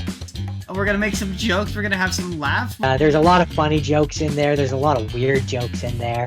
The Channing Tatum one will always make me laugh, especially when you hear the behind the scenes stuff. Like when you hear the behind the scenes story of how they just phoned them up. We're occasionally going to have other people along for the ride. A really fun fact, though, is I learned last year that that Coraline was Leica and not Disney. Oh, interesting. I mean, I can see why you would make that Yeah. mistake. Yeah. Because it does seem like it's a different. And to be fair, That would be a horrifying, terrible Disney movie. it would be because yeah. And we're just gonna have a generally good time. George, do you have anything else you want to say about our podcast? Make people watch it. We watch movies. Sometimes we watch shows, but we always have fun. Here On the man, spur, on the spur, spur, 3, 2, 1.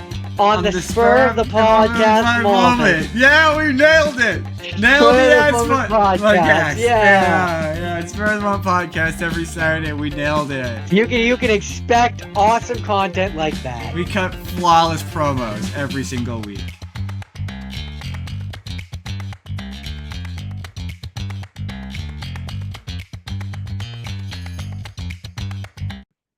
Alrighty, welcome back, and we are.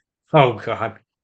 I almost didn't even put this one on the list, but it's so influential for the Millennium Era. We have to include the first American Godzilla, 1998. Okay, so Uh, I was gonna watch this and then I didn't because I was like, we're just doing Japanese, right? But like this influenced Japanese Godzilla in so many ways that So we're gonna many talk ways. about. So many. I And mean, and I want to be crystal clear here. There are elements in this movie that are actually good, and you know the ones that are good because they appear in the Millennium Era. There are elements in this movie that appear in the yes, Millennium Era. you're But not wrong. as a whole, this movie sucks It's hard. not a bad monster movie. It's not even a bad necessarily Godzilla movie. Like if you're, because my thing was like, okay, especially when I got to the later American ones, I went, close my eyes, race swap all this, and have it take place in Japan. And I'm like, is it a functional? If this is Tokyo instead of New York, does this work as a? And it is. It's a perfectly functional. Hey, Godzilla's on the way. When Godzilla gets here, we're in big trouble movie. Except that Is this it a? movie wants to be Jurassic Park and not Godzilla. Yeah, and also it's Roland Emmerich, so it also wants to be a disaster movie. I'm not saying it's good, but like if you took Godzilla's name off of it, I think people would remember it more favorably, which is probably to its own detriment. Well, and that's the catch-22 because they put Godzilla's name. Well, actually, this is not what happened because they actually hired them to create a Godzilla movie. But if they hadn't named this Godzilla, this wouldn't have done nearly as well. And it didn't No, do but great, but it did make money. But it's this movie's so bad that not only did Toho disown it and yeah, later brought the monster back under a new name and killed it in 4 seconds. Um, yeah, they yeah. were not planning on making another Godzilla movie until 2005, and they saw this piece of shit and went, "No, we got to bring it back." Pretty much. Yeah, this is exclusively the reason why Godzilla 2000 Millennium exists. This is the reason why the Millennium Era exists. It Pretty truly much. is. But not even just yes, but I mean specifically they came back to make the next one as a direct response, which is really funny. We'll get It's funny next. because they borrow elements. They borrow a lot of elements from this movie in that one. Yes, solid F for the Matthew Broderick one. Yes, F.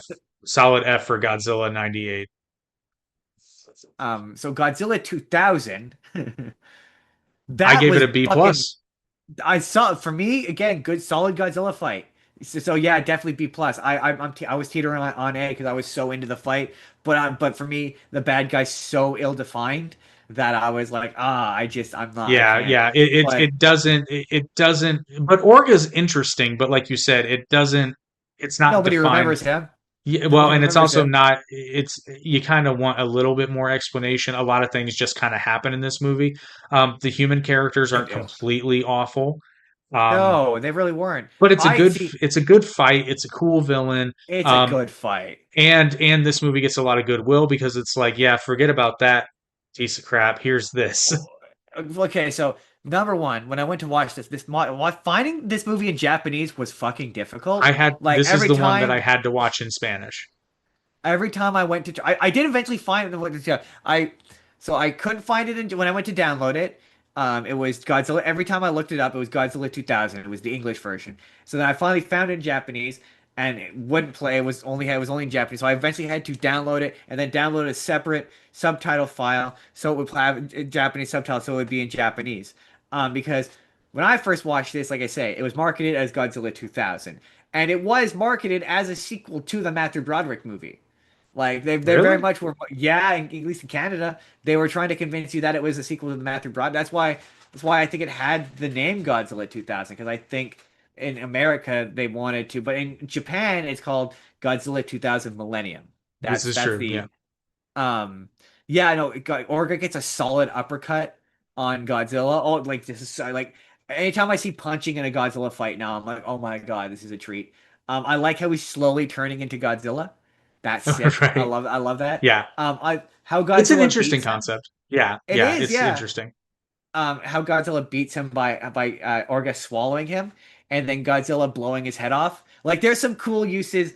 Mixing and matching of the it does become a little bit Dragon Ball Z at points in this era, but there's some solid use of the atomic breath. Like, the way I him think, blowing his head off is just good yeah, shit. I think if you could kind of sum up the Millennium era by comparing it to something else. This is very much the Dragon Ball era of Godzilla. But also, it's my headcanon that the Godzilla in this movie is Junior. Like, Speaking of, I like the design, but yeah, Godzilla 2000. it's the same design. It's the same design as Junior. That's why I thought it was Junior. I looked it up. But yeah, so Godzilla 2000 B. Solid for me. Solid B. I would go B plus. If you said initially B plus, I'd go with that. I again teetering on an A for me. I would say A. It's top of the rung for Millennium Era. Yeah, because we go downhill from here with 2000s Godzilla versus Megaguirus. So what grade do you give Godzilla versus Megaguirus? I seem to recall. Okay, one of these has some really gnarly civilian deaths, as I recall. It's not this one; it's the next one. I mean, the Millennium Era, generally speaking, has a lot more civilian deaths than you would think, but the next one has. Is this the one where it's basically like an evil Mothra thing? It's a bug thing? Yeah, kind of. Yeah. I didn't think about it that way, but yeah, I guess you could say because it's an insect.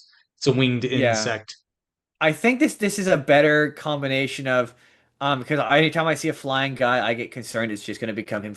And this one I think has a decent monster fight at the end.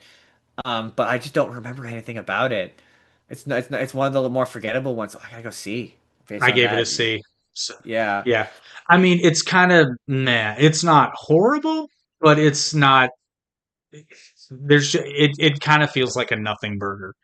I think this is one of those ones where, like, the Millennium Era Godzilla, the thing I hate about it is this era has no consistency. So everyone is basically a new story, and Godzilla is what the plot needs him to be, and I hate that. It's like I don't really like an anti. That's where I'm like, if he's a heel in the 90s, or if he's a face in the 80s and 70s, and he's a heel in the 90s, what is he in 2000s? Is there a professional wrestling anti-hero? Like, is they like.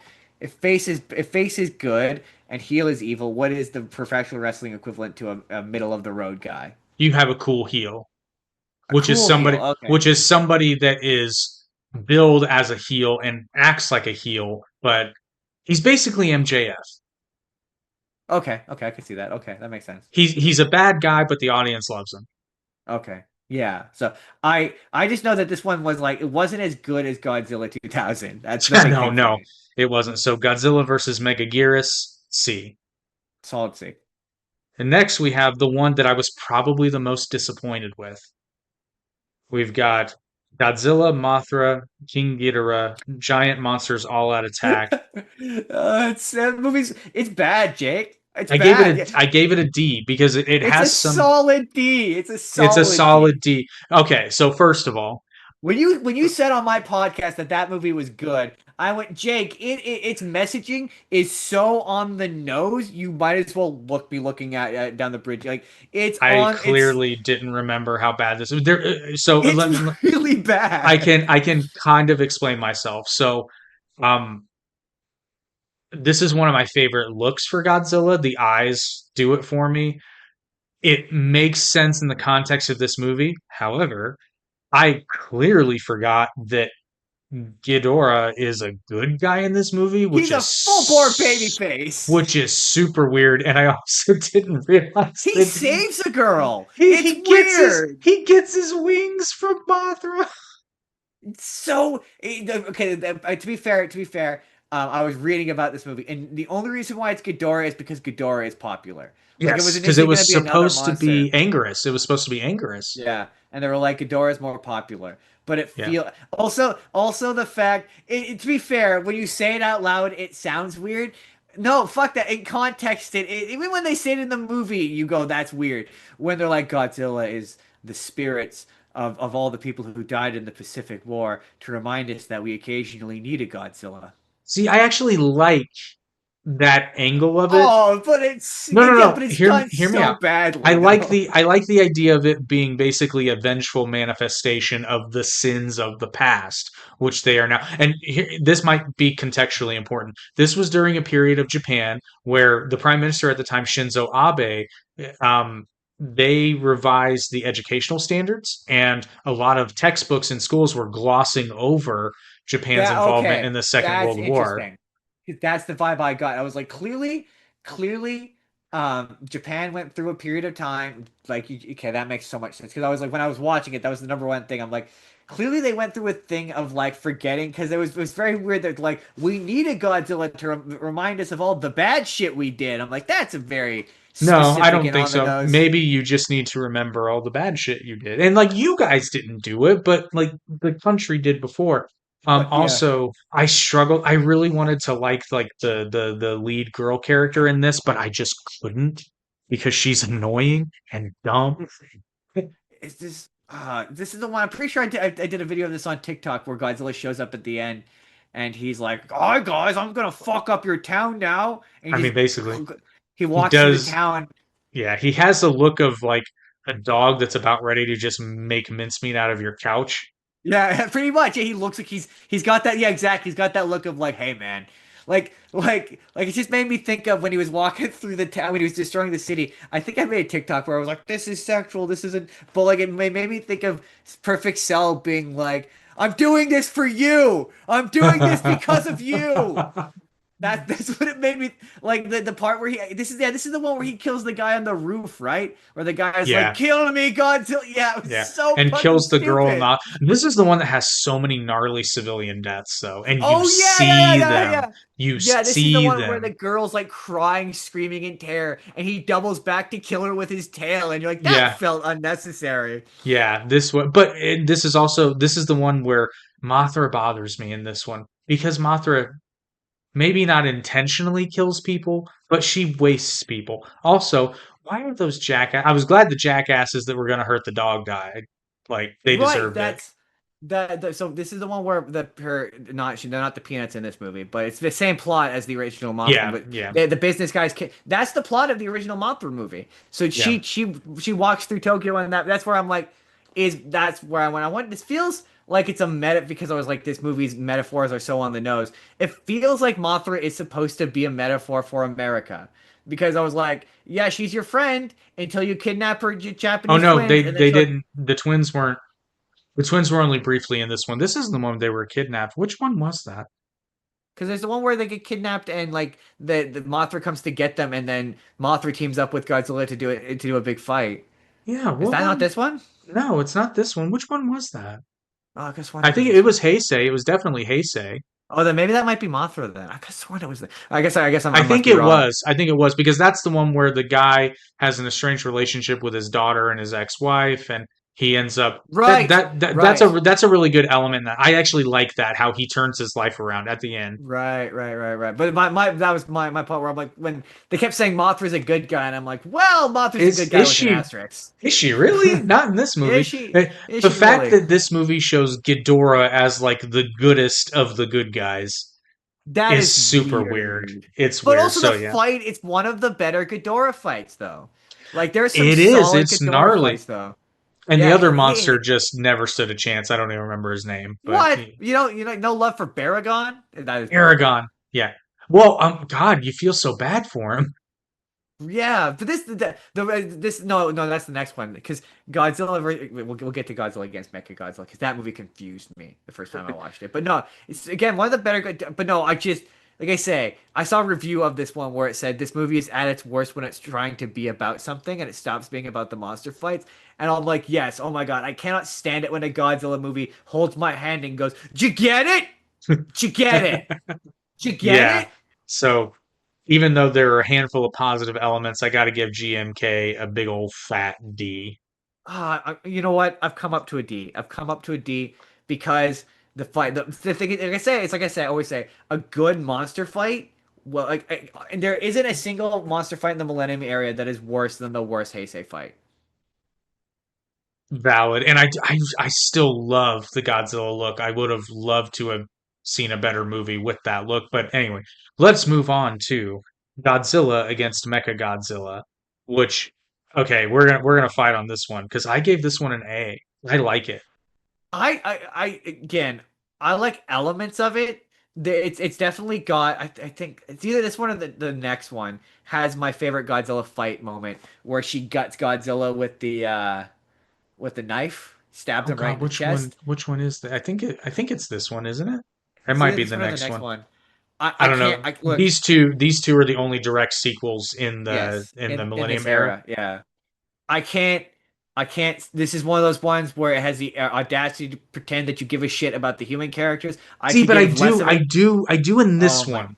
I God, do in I this one. could give. No, Akane is one of the better human characters and stories in the entire franchise. See, Her story makes sense, and I like Akane as a character. It's a shame that she's not brought back for the next one because the next one, no, like, her inclusion in the next one's terrible. It's even worse than yeah, this one. But there's it's also just a lot of dumb. The fact that the what Mechagodzilla is just.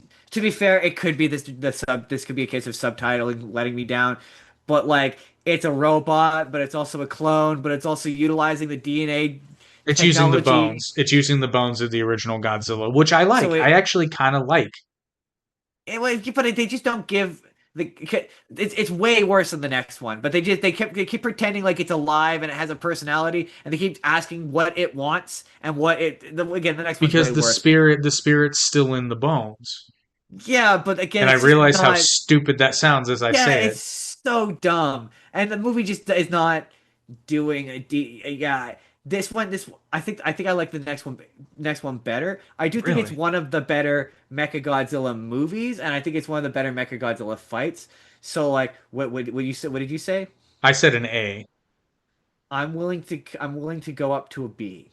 I'll go to a B. I'll go to a B. Godzilla against Mechagodzilla B. Because that's I fair. over I just really dug Akane's storyline. I like it when your main character has a chip on their shoulder and there's a reason for it that makes sense.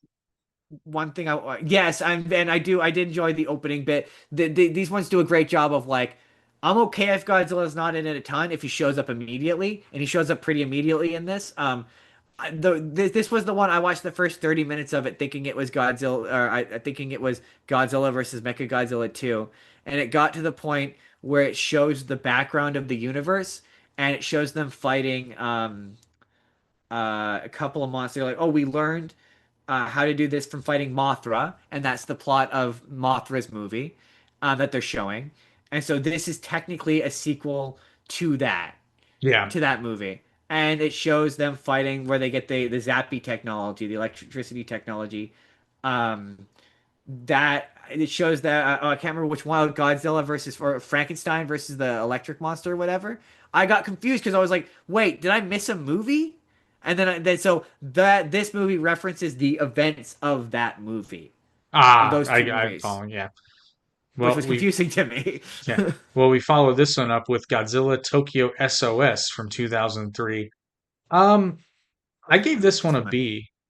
Yeah, solid B. But this is one where the one of the old guys who is helping out Mothra in this one, he is from Mothra's movie. It's the same actor and everything. Okay, gotcha. The highlight for me was the ending with specifically Yeah, Kiryu's well, exit.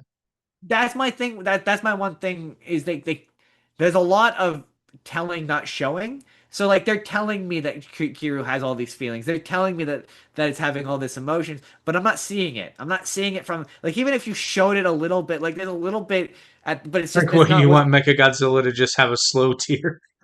I don't. I or can like it's a robot. Maybe have it talk via one of the consoles or like communicate with them in some fashion. It was It just a lot sound of like them telling me. it sound like a Dalek though. Yeah. I mean, it would certainly sound like dial-up. But it just was one of those like, yeah, they kept trying to convince me that Kiryu was a character, and I just wasn't seeing. But also, the fight between him and Godzilla at the end is good. It It is is. good quality. I again, it's either this one or the other one that has the bit where he stabs Godzilla. Is this the one where he flies into Godzilla's mouth and God, I did one of these ones they he goes to blast them with the atomic breath and it explodes out of his chest. Is that This one or the next one? No, that was Godzilla, right? Godzilla does Yeah, this. Oh no, that yeah. was Godzilla Mothra King Ghidorah. That's actually how he quote unquote dies because he's got the That's a stab wound. solid Yeah, that's an element that I liked. It was because interesting. It's not one you saw. over the course of these movies, it really because I loved how like it's sort of that movie sort of explained what the atomic breath kind of is. It's like the excess of his internal nuclear fission Hmm. chest. And yeah, when it explodes, that exploded out of his chest and blew him up. I like details like that. It's really cool. Um, Yeah, so yeah, we have I uh, Godzilla uh, Tokyo SOS B. solid B, solid B. Solid B. Well, we follow that up with Godzilla Final Wars from 2004. What did you Oh, grade so, this one? C minus. I gave it a C. There are several good elements, but they're not enough to. This is a movie where it honestly, this movie would be an A if it got out of its own way and just gave the people what they wanted from the beginning. But they felt like they had to explain this, and it gets points deducted for basically just recycling the plot and aliens from Invasion of Astro Monster. Okay. Number one, to be fair to this movie, it is very much meant to be a homage to Showa Hmm. era Godzilla. That's what it is. The plot is meant to be sorry, almost a pastiche or a parody of Showa era Godzilla. Me and Jordan got into a big thing about this where he said it doesn't the Godzilla fights are too fast, is what he said. Yeah, that's a And common criticism of this one. This one it really also. that is a common criticism. Oh, that's interesting. He'll be Well, happy to know because you that. have so many human fights in this that aren't necessary, this movie does feel more like Power Rangers than Godzilla, and not in a But good way. no, because the fights aren't even good. They're not even good fights. Like too much of this movie involves Don Fry. Too much of this movie See, I involves actually Don Fry. I like Don Fry because you can tell that this man doesn't understand Japanese, but he's just No, hamming it up. he has no idea what's going. It's My so favorite bit is when they go to New York and it's just a racist stereotype. Oh Uh, man, that's right. And again, those actors don't speak English particularly like you would in New no, York. it's very Oh weird. yeah, it's I very racist. I'm watching that and I was my like, "Oh wow." I kind of got what Jordan was saying though when I watched it because I was like, yeah, Godzilla's doing things in the Godzilla in a Showa era Godzilla suit that version of Godzilla shouldn't be able to do. So when Godzilla does a dive roll, it fucking looks weird, and you're like, this is not This right. and This is not that's good. another thing. The CGI augmentation and replacements, It's bad. It's bad at it times. was, and this is 2004. It could have been But yeah, better. it very much is guilty of that. Like, man, I don't stop with the kung fu fights. None of this is interesting. None of this is fun. None of this is interesting. I want to watch Godzilla fight a guy for longer than 3 minutes, please. But Right. also, I love Gigan's design. I love his upgraded This, design in this. yeah, I He's do. I do like it. I can't help but love the really bit good. where and because I know what they were doing when Godzilla just wastes Zilla and Sydney, and I think it's actually 4.5 seconds. I mean, it's not even the thing about that sequence. There's so many horrid needle drops, and that's definitely one of them. Um, but Yeah, the scene's so awesome. It's hard not to love it. yeah, But there's some solid, like the Millennium Area did a really good job of intermixing, um, like him doing lasers and him punching, and this is a really yeah. great. But yeah, it's I was reading about it, the guy who directed it said he wanted to make a Showa era movie but different, and he did that. Well, because He did that. this is an albeit better remake of Invasion of Astro Monster. I mean, It that's is, and basically what this is. as an ending to this era, because it's the final movie of this era, it's not as good as Godzilla versus Destroyer. No, Like not it's even just close. not. It's just not. It's just not. It's not. And it's not even the best of because it's all the terrible floaty CGI. The CGI is just not there yet for Godzilla characters. It's not the best show. It's not a best showcase of Showa era Godzilla. It's just not. So yeah, It C, solid C, it is not. So we give Godzilla Final Wars a C. solid C, All solid right. C. Just gonna check my. We good. Okay, so now we're getting into mixed bag territory. So we're gonna go ahead and tell you about our other sponsor of this podcast. If you have an idea for a podcast, Arete Media can help. Check it out. Hey, so let's talk about that amazing idea you've got. You know, the one that's always in the back of your mind. Well, it absolutely deserves to be heard. Today, we're going to look at a network that's built to do just that, to amplify your voice and make that idea a reality. Seriously, think about it for a second. What's that one thing you're passionate about? That one story that only you can tell? We all have that topic we could just talk about for hours on end, right? But there's a catch. That's the big question, isn't it? It's the hurdle that stops so many fantastic ideas cold. The how of it all can feel, well, super overwhelming and honestly a little intimidating. So what if you had a partner to help you get over that hurdle? Well, let's meet Arete Media. It's a podcast network, and its whole mission is to help creators like you launch and grow their shows. Think of them as your partner in crime, helping with the tough stuff so you can just focus on being creative. Now, anyone can say they'll help, right? But the real proof is in the community they've built. And you've got shows that dive into pop culture and revisit those childhood scares, like the Goosebumps crew, sitting right alongside shows that give you these sharp business insights, like Startup Cores with Salt, Arizona. And the list just keeps going. There are shows about self-improvement, deep dives into the magic of Broadway, even really academic explorations of classical music. It just goes to show you there's a space for every single kind of creator. It shows that no topic is too niche or, frankly, too bold. And this isn't just some static library of old shows. It's a living, breathing community. It's not just about making content, it's about celebrating it. For instance, they even host the annual Artie Awards to recognize the best shows on the network. And just to show you how active it is, here's the latest episode from the Average Intelligence podcast, which just dropped. Seeing this really drives home that the network is constantly platforming its creators and their brand new work. So after seeing all of this, the question is pretty simple. You've got the idea.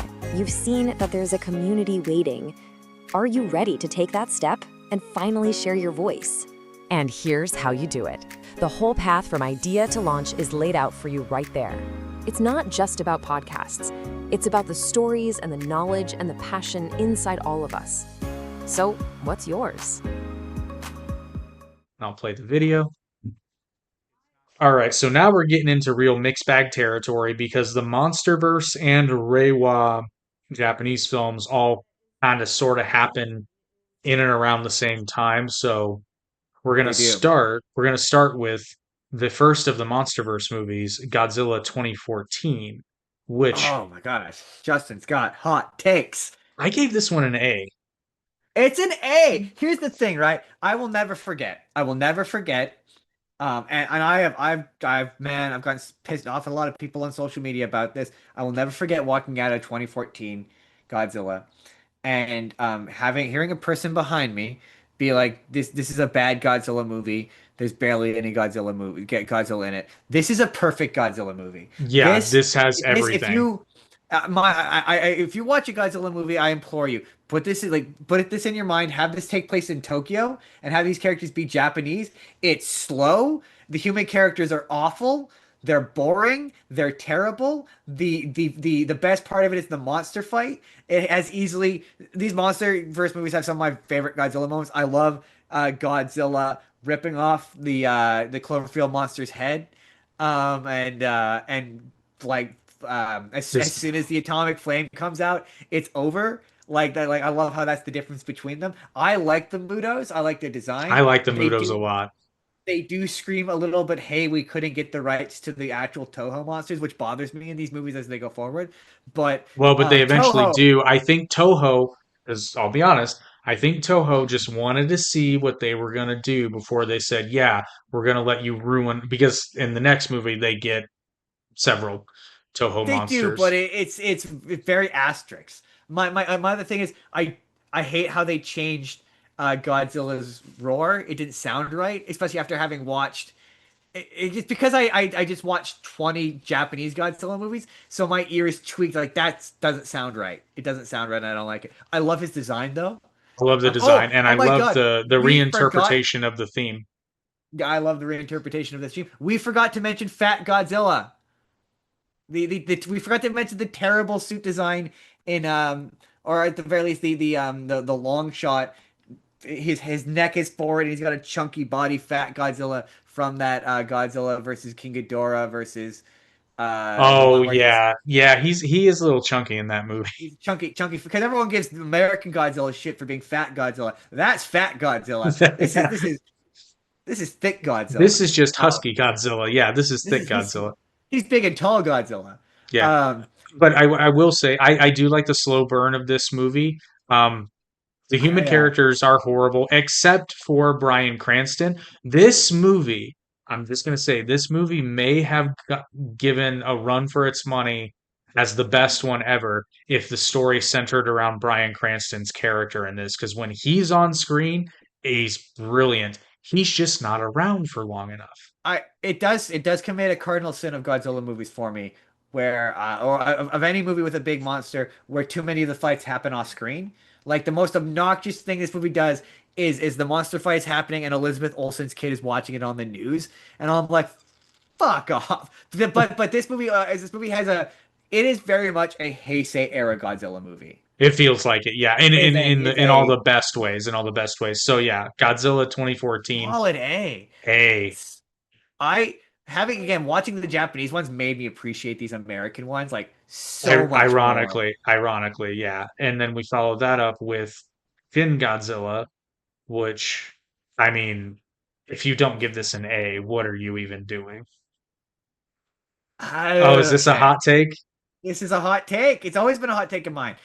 I think it's a solid B. I think for what it's Really? going for, I think for what it's going for, I like its idea. I was thinking when I was watching it, I did it. Okay, to be full disclosure, I've watched this movie 3 times and I've fallen asleep. No, 4 times, and I've fallen asleep every time except for this last one. I appreciate what it's doing. I understand that it's about government bureaucracy and about red tape. The bit where again it's Dragon Ball Z abridged, Dodoria give the command, fire. I appreciate that, but in context, it's tedious to watch 5 guys go give the command. Like in That's execution, it's that's that's tedious. that's the bit though. I will say though, because I've seen this movie twice now, and I wanted to make sure I rewatched it. Um, I love the evolving Godzilla concept. Oh, I can't stand it. It's it Can't stand really. it.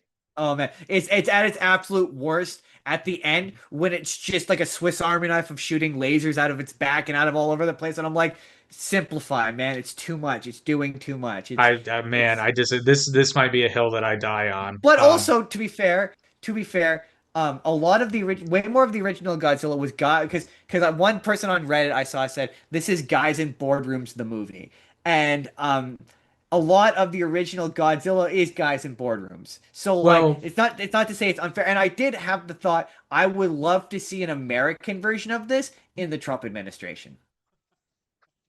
but that would be a Like comedy. I that just like that this harkens back to 1954 Godzilla. It brings the horror back. Um, as a it's one. counterpoint to the American one, I appreciated what it was doing, but none of the characters were engaging to me. See, I None of them were. disagree. The guy that ends up being in charge of, okay, so this movie, which I completely didn't notice this because I was kind of falling for the hype of like this movie is about government incompetence. Kind of. But here's the thing. If you actually watch this movie, it starts out with a lot of bureaucracy, but it's bureaucracy that kind of makes sense. The point this movie is making is that in a crisis, you need to adapt because there are legitimate reasons why they can't act super quickly. Because, like a lot of people don't know this, Japan's constitution does not allow them to just call in the army. They can't Yeah. just do that. Um, but nobody actually makes a stupid decision in this movie because all the mistakes are made out of pure ignorance. Like they they have no reason to believe that this creature will be able to come on land, and then it Yeah. does, and then they react. And I think people view this as people being incompetent, but no, it's very much. I I never saw it as them being competent. More just it was a commentary on bureaucratic red tape involved in government. How you have to get the approval of someone who gets the approval of someone, and how that can slow down the process of just doing the thing. Is yeah. Right, but this movie makes the point of just doing the thing would have just allowed the United States to drop a nuclear bomb. That is also true. Like that is the one thing. As Godzilla movies go on, especially in Japan, I like how they become international. I like Yeah. how the conversation of how does because yeah, I did think like I say I would like to see a sequel to Shin Godzilla where they Hmm. like I appreciated what it does on paper. For me, it's just execution, and I just don't like the design of Godzilla well enough. See, I And love this design. to be fair, I appreciated it way more this time. I liked it way more this time than I did the first two times. I feel the same way about a lot of the K Godzilla's on the Way movies. I believe the perfect version of it exists, and it's coming up, and none of them do it better than The that one the does. the thing is though, are you a fan of Evangelion? Not, it's one of those ones where I've never seen it, but like I believe it's about robots, isn't it? Yes and no. So here's the thing. Like I haven't seen Evangelion in its entirety, but what I have seen because the guy behind Evangelion directed this movie, and there's a lot of Evangelion in this movie in a good way. Not least of which being, did you notice at the end after they petrify Godzilla, it shows his tail and there's like humanoid things sprouting out of it. Yes, yes, I Yeah, did notice that. Yeah. that was going to be the next stage. They had several more transformations lined up conceptually because I think they thought there might have been a sequel in mind. So that's kind of the more of the horror aspect is this creature's going to evolve into a humanoid creature. Interesting. I yeah, see, the less it looked like Godzilla, the less I was interested in it. Like when it like opens up its mouth and shoots it the purple beam, I was like, it doesn't really even. I've never really cared for the design. I hate but I'm like an old school Godzilla fan. I like my Godzilla to look a certain way. And yeah, I like I say I liked it more this time. I appreciate what he's going for, and it's not fair to this movie that the perfect version of this movie came out already. Yeah. Yeah. I'm going to use my podcaster privilege though. And I have to rate Shin Godzilla an A because it's, I that is completely fair. I understand why you would, and this is one of those times where I acknowledge it's me, and I will not disrespect it for what it does. I think as far as like that kind of Godzilla movie, it's definitely upper echelon. It is like I wouldn't put it in the same breath as the Godzilla versus Megalon. Like I would never compare oh, the it's two. not They're even, two those are night and entirely day separate different. movies. Yeah. Yeah, exactly. Yeah.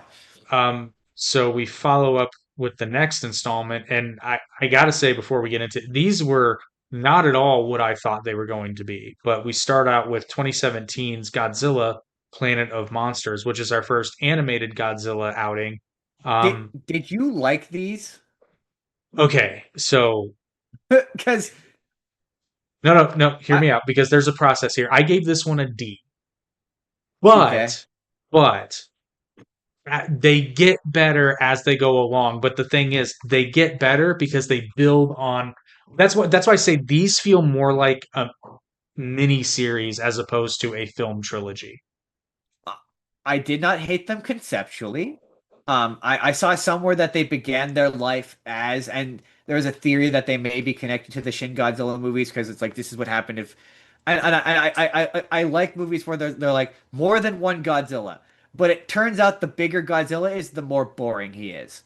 Because this Yeah. was fucking agonizing. None of the Godzilla fights are interesting. He's so big. He's laborious when he moves.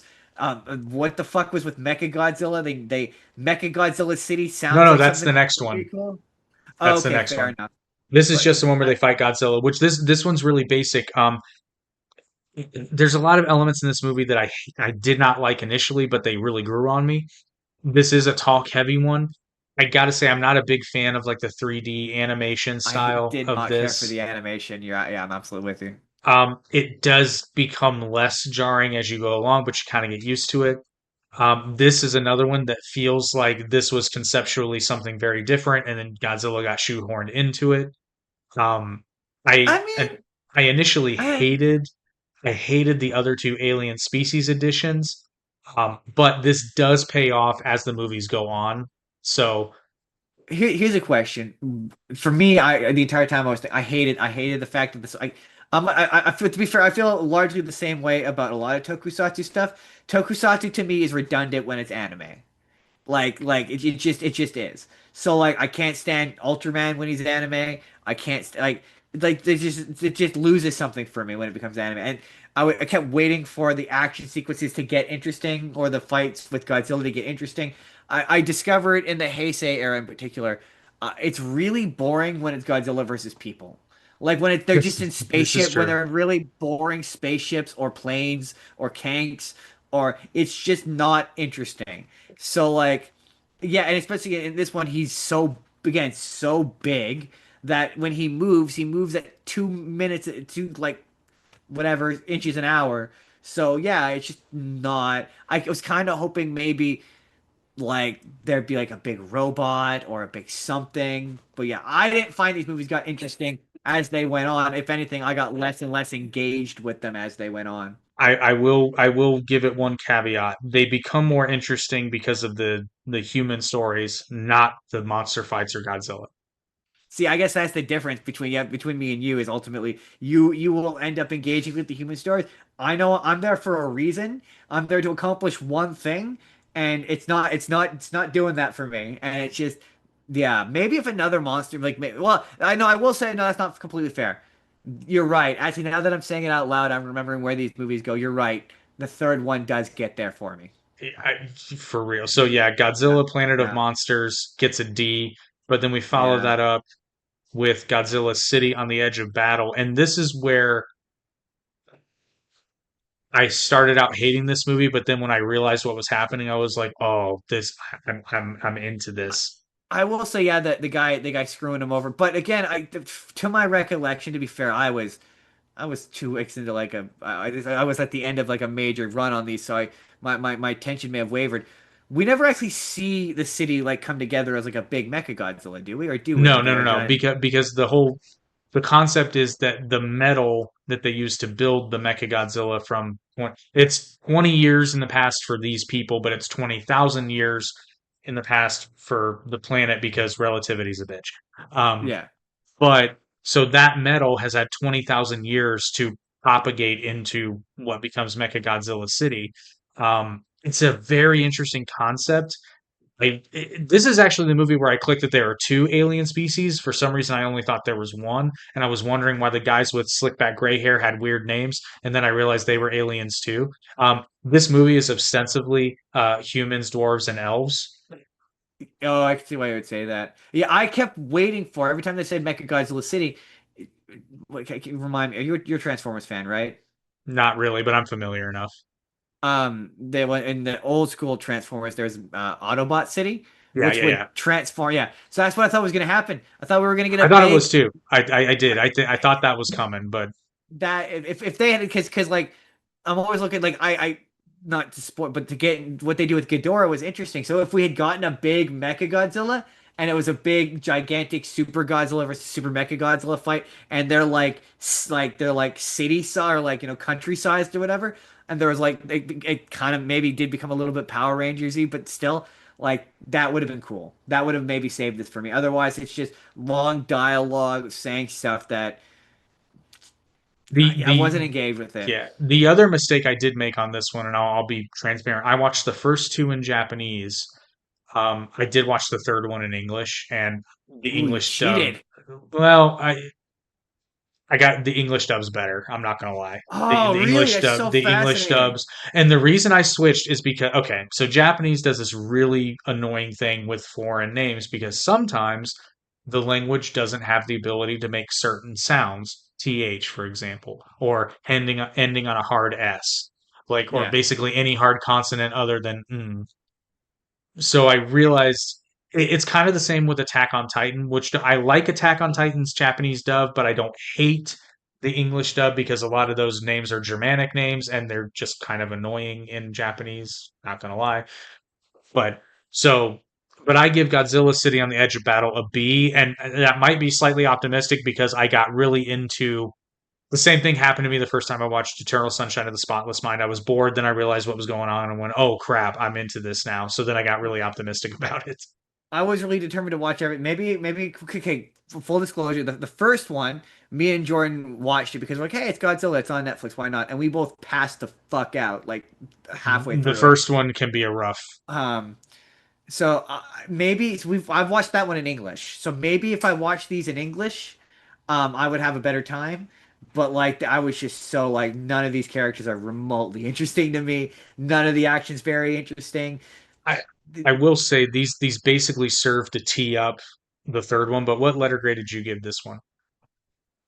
I gotta go. I'm gonna go with solid C. I gotta go with solid I'll C. give it a C because I think If with it had a big Mecha Godzilla fight, solid B.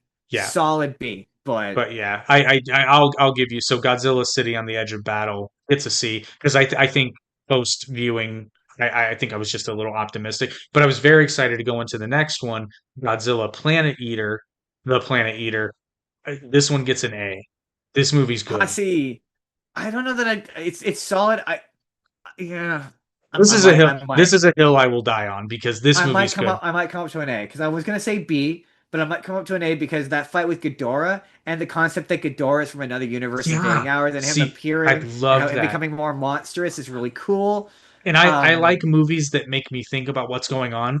And I'm sitting there trying to figure out, I'm like, how can Ghidorah be purport like we can see I love the fact that they keep pointing out they're like our instruments say it's not there, but we can see him. And I like it when characters aren't stupid and they accept reality because it's yeah. like, okay, there's clearly something going on, we just can't explain it yet.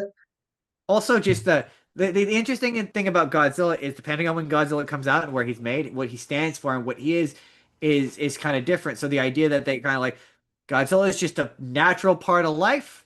Oh, the other thing Mhm. that I found interesting about Godzilla overall is how, with the exception of the American version, he is a non-binary champ. This is true. They never refer to Godzilla by gender. He's always it or they, Yeah, no, except for in the in American version where he specifically is him. hmm. They also never refer to him. That was one of the things I found interesting about. There's one of them. The guy keeps calling him a big lizard, and I thought that was interesting because it was the only time they ever call him a big lizard in that franchise. They otherwise don't call him a big lizard because to them he's not a big lizard. He's just a monster. So I just think that I thought that was interesting.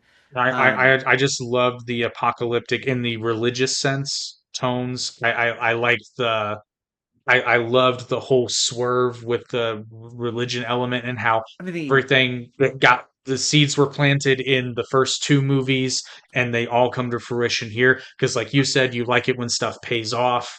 Yeah, I mean, as much as this is gonna be really contradictory, as much as I shat on Big Godzilla, the image of Big Godzilla being subsumed by Big Ghidorah is just fucking It's great. cool. It's great. Yeah, it looks cool. I still don't like the art style, and I still don't love the animated, but I just don't know that a live action could do that better. I just don't know I that, think right? that if this had been animated in a more traditional 2D sense, I think it If it all would was have been better. beautiful hand drawn 2D animation, I would have been like, and then he was maybe 3D, and it looked a bit. I would have been The okay with that. it was a bit smoother, a bit. But to be fair to these movies, and Big Elephant, they are straight to Netflix movies, so they just don't have the budget that a theatrical Toho movie is gonna get. Um, But that being point made, I was surprised how good this was. I was, yeah, because the previous two just weren't doing anything for me, and then Ghidorah shows up, and I'm like, man, Ghidorah will save most things. Um, yeah, big thing for me with animation is I want animation to do stuff that live action can't. Like that's my big thing, and this did. This delivered. I was Yeah. like, yes, the minute you bring in another monster, like there's a reason why these things always go back to Ghidorah or Mothra. Or I do Old kind of wish Faithful. Mothra had. Yeah, I do kind of wish Mothra had shown up, in the She third is one. there in the egg is Mothra's egg. Oh, okay, fair enough. I called Man, I that just from the first one. I was like, it's Mothra, isn't it? because I do kind of wish we'd seen Big Mothra. That would have been kind of fun. Yeah. Well, maybe there's a fourth one coming because they don't really. Maybe. Oh no, they do tidy this up pretty well at the end. The only thing I disliked was the ending, and only not like I don't mind that the guy offed himself, but it's a little ambiguous as to why. But I think the point of that is for you to figure it out for yourself. I took it as he understands that his hatred and wanting to destroy Godzilla is what ruined all this in the first place. So if Yeah. humanity has a chance of survival, he understands that he needs to get rid of that, and he doesn't think he can. And that's very Japanese It's kind of yeah, it's outlook a on very, very, very Japanese absolutely. philosophy. So yeah, I give Godzilla Planet Eater an A. Yeah, you know what? You've convinced me. I was gonna say B. I was gonna say a B, but you've convinced me. Solid A. Solid A. All right, so going back to the Monsterverse, we have Godzilla, King of the Monsters. This one gets a big fat A. This is Oh awesome. my God, A solid. Look, I for the longest time I was like A. I'm gonna say A plus Yeah, this is a great move. Like because you can't rate this one lower than 2014 Godzilla because it's everything good about that movie there's so dialed up much. to 1,000. Like it's so great. I saw a review of this where the guy was basically like, it's just like this, and he had an action Godzilla figure and a Ghidorah guy. It was just like this. He just started mashing them together, and I'm like, yes, this is what I saw when I was 8 years old, and I watched these. Everything looks Ghidorah looks great, Mothra Rodan looks looks great. great. Rodan looks great. The fact that the shot of him flying over the thing, that's literally a shot from his movie, Hmm. is fucking great. The woman looking after Mothra is a twin. Yeah. She has a twin. I never Hmm. picked up on that. Um, this is one of those ones where I'm like, this is a Japanese Godzilla movie. It feels like it. Like It's very much.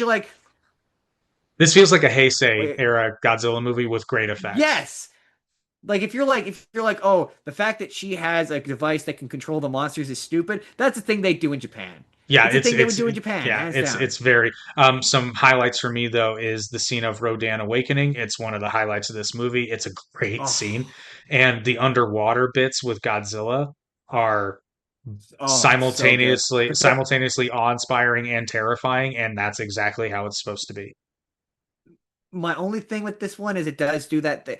No, and the big thing, we're not hiding monsters. The guy who directs, I love Garrett Edwards, but he hid Yeah. Godzilla way too much. This doesn't. The only thing, only real sin this one commits is too much of it is at night and in the dark, and it's hidden by particle effects to hide the CGI.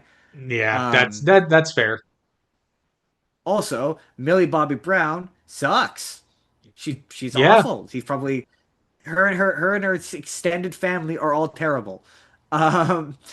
Um, Yeah, but we're oh, the not other here thing for them. I forgot. No, we're not here for them. The thing I noticed this time around, I completely missed the fact that Ken Watanabe is Dr. Serizawa. Yeah, and he gets I like his send-off in this movie.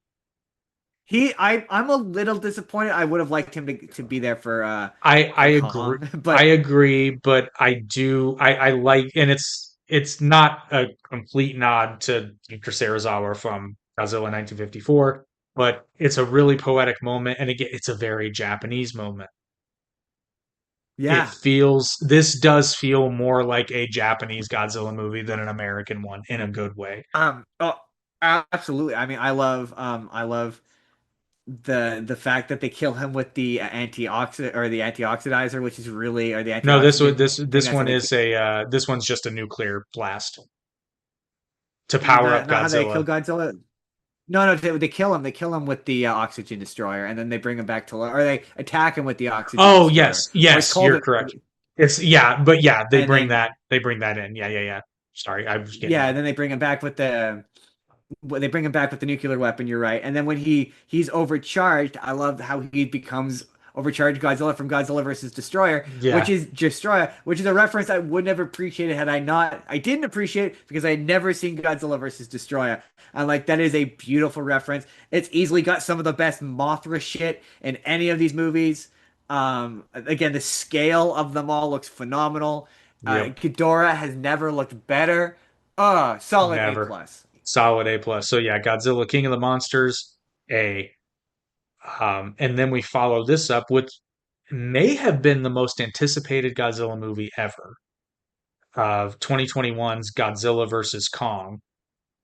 Which what did you Yeah. give this film? Oh, okay. I gotta go solid. I'm gonna go solid B plus Really, I gave it because an A.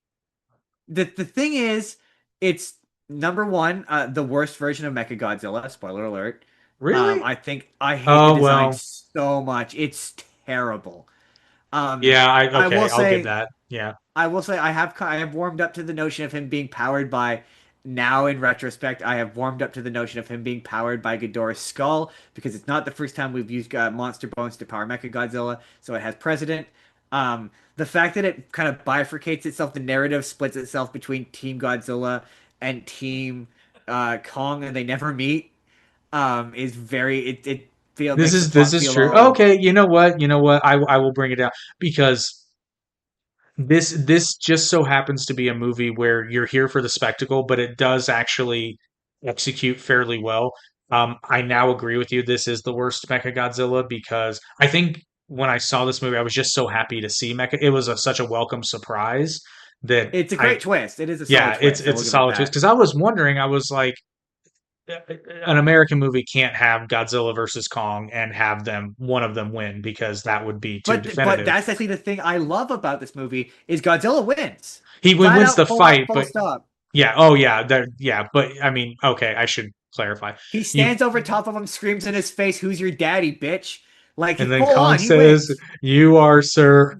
You are, sir. And then at the end, he bows to Godzilla. Godzilla is the king of the monsters at the end of this. Like he wins definitively, and that I appreciate it. There is no like they do the bullshit. They team up in the middle of the fight so that they can beat Mecha Godzilla. But yeah, prior to that moment, no. And there's a don't get me wrong. There's a lot to love in this movie. Yeah, but That's why I'll I'm like give you B that. plus. Do they go to Hollow Earth in this one? It's mentioned. I don't It's think they mentioned. go there. I think they go there briefly because I remember that's the point where I really checked out and Yeah, that was a hate concept, the next one. but also to be fair, that is again very Japanese. They would very much do that in Japan. Like have Godzilla come.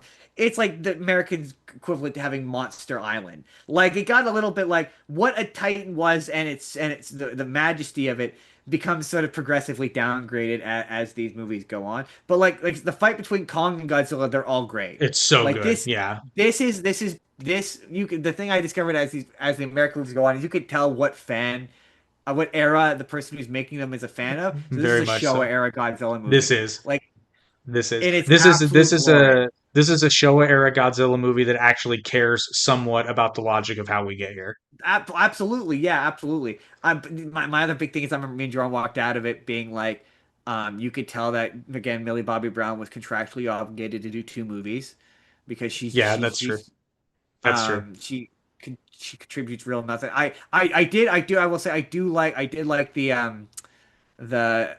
same thing. I love it when an extraordinary thing becomes ordinary. So I don't know if it's in this one or the next one where he's just selling insurance for Titan attacks as one of his sponsors on his podcast. That's the next legendary one. I think I'm pretty But sure. just that this very much it did have a tone of it really reminded me of not even just I mean it reminded me of the Mecha Godzilla movie where Godzilla shows up and he's a bad guy in the beginning of this movie and you're like what's the deal? Godzilla's not a bad guy. Why is he a bad guy? The one thing I don't like about I will say I don't like about the American Godzilla movies, I don't like that Godzilla's millions of years old inexplicably. Yeah, that's fair. But Do yeah, like the I'll Japanese have it be where there's more than one. There's a yeah, family of them. I will come down to a B on Godzilla versus Kong. So Godzilla versus Kong, B. Solid B. Like it's almost an A. Like if they had tweaked a couple things, it would be a strong Yeah. A. But it's yeah, I see that. So so our next movie, and there's no sugarcoating this. 2023, Godzilla minus one. I gave this a rank of S, as in superior. This is the greatest Um. Godzilla movie that has been Yeah. made up to this point. I watched it and I sat there after I finished it and I went, I think I'm ready to make a definitive statement. My favorite bit about when I did this podcast last time was how many great TikToks and shorts came from it of me saying really definitive statements. So here's a definitive statement. Godzilla minus one is the greatest Godzilla movie. It's the best Godzilla movie. Nothing comes close. It's the best Godzilla movie by a wide margin. It's Like not even just yeah, just like a heaving margin of between it and probably Shin Godzilla in terms of just like being a and good movie. that is fair. And this is coming from someone who, up until I watched Godzilla minus one, I said Shin Godzilla is the greatest Godzilla movie ever made. And then I it, saw this, and I was like, "That's adorable, Shin Godzilla," because it this. it's not even it's not even just a good Godzilla. It's a good Japanese period piece It's such a that great just movie. that Yeah. just so happens to be about Godzilla. Every character in that movie is phenomenal. Not just the main So guy and good. girl. Not like I could get, like I say, I Everybody. every time Everybody. every The kid is time great. every time I say who gives a shit about human characters in Godzilla movies, it comes with an asterisk because this is the one time for me where Mhm. I care about every single human character in this movie. I care about the love between the guy and the girl whose names I'm not gonna butcher. I care about the little girl.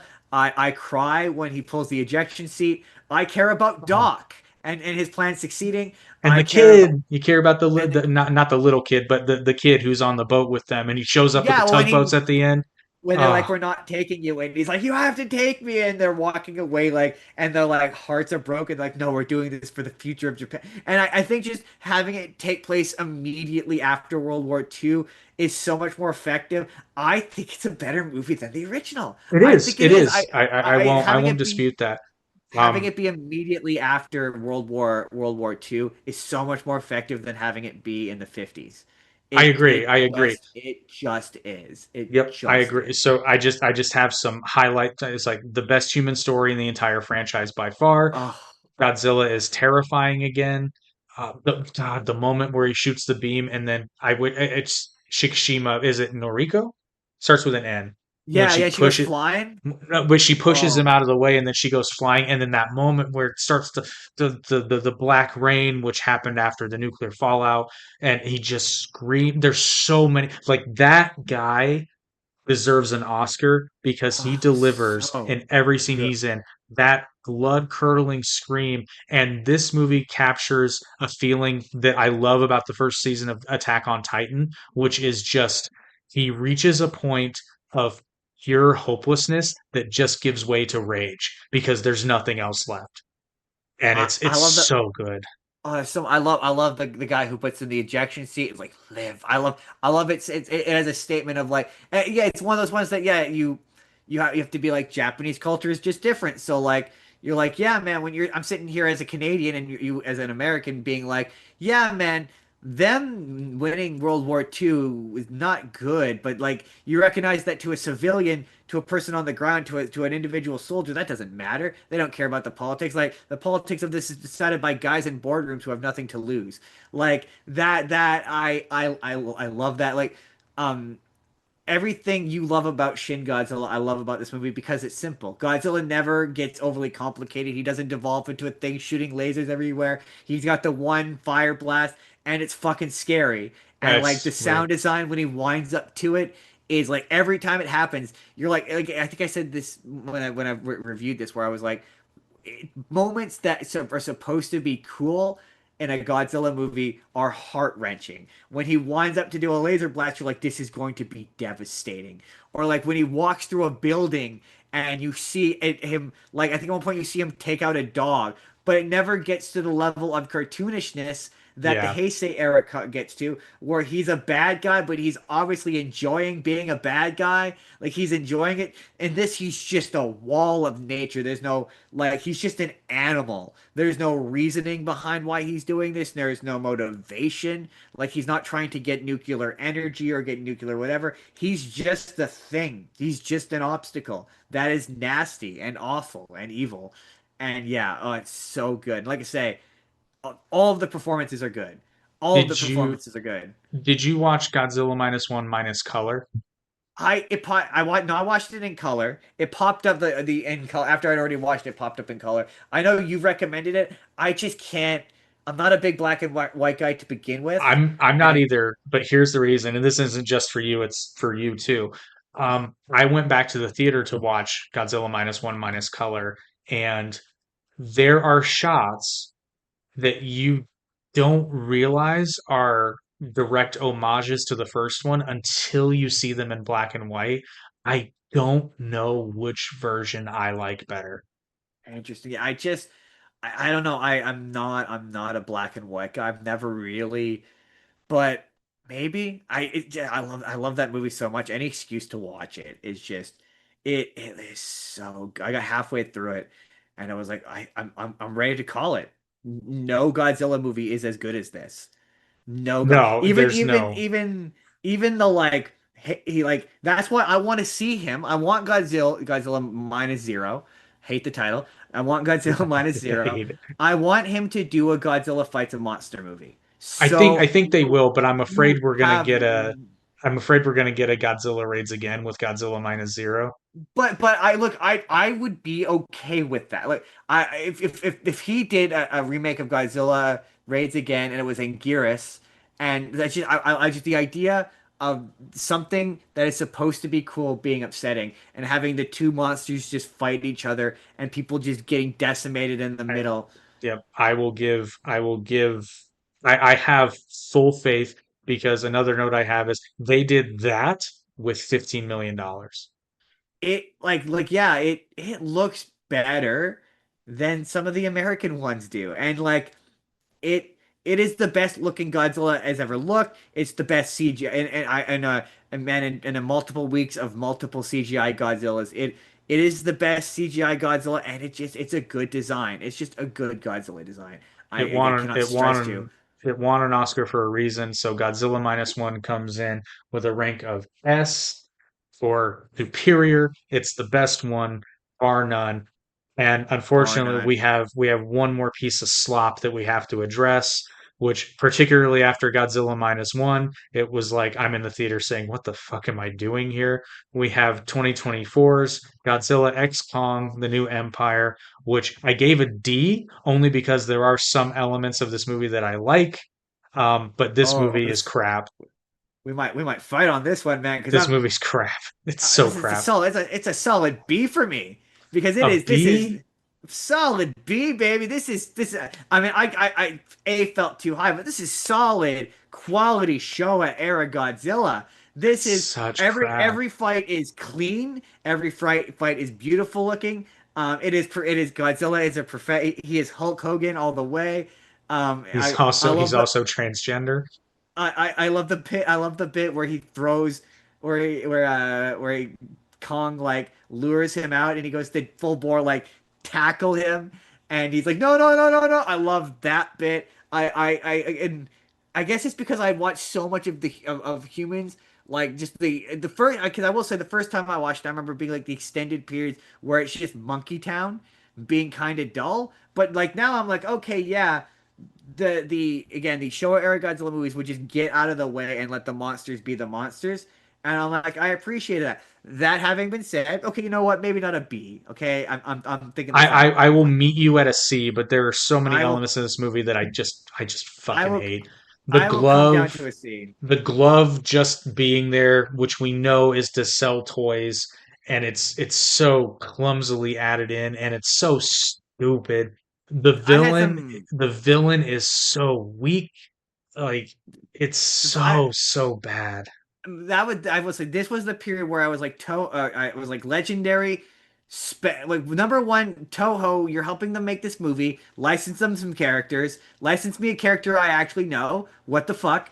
I'm like because I'm like, okay, what do you do? Kong and Godzilla have fought. What do you do next? Okay, now they team up and fight a thing. Get me a monster I recognize. Get me Space Godzilla. Get me fuck it. Give me Biolante. Give me Hedorah. Give me someone I know. Hedorah would have Like been an I, improvement. like I will say in Godzilla Final Wars, one of the cooler moments for me was when Hedorah and Ebera teamed up, and I was like, hey, they have similar sounding names. That's clever. But give me a bad guy that I know. Like also, it doesn't when you think about it. It's one of those shower logic movies where if you think about it for longer than 2 seconds, where you're like, wait a minute, how I did the monkey survive for millions of years under the ground in the Hollow Earth? Is he well, like and just a then millions of years old monkey? yeah, and then there's the hollow earth of it all, which is just to me is so stupid. I can't get into it. But I don't think it's the stupidest thing in this franchise. Like No, in a world I mean, where hey, Monster Island exists, there's a reason why Godzilla versus Hedorah is the worst movie. yeah, I like again for me these movies live or die in their monster fights, and this has the clean it never cuts away. You get to see the whole thing. Like Godzilla has some solid punches, some solid punching. It doesn't just evolve to shooting lasers. Um, do I think Pink Godzilla is dumb? Yeah, but it's a thing that the Japanese have given him dumber forms.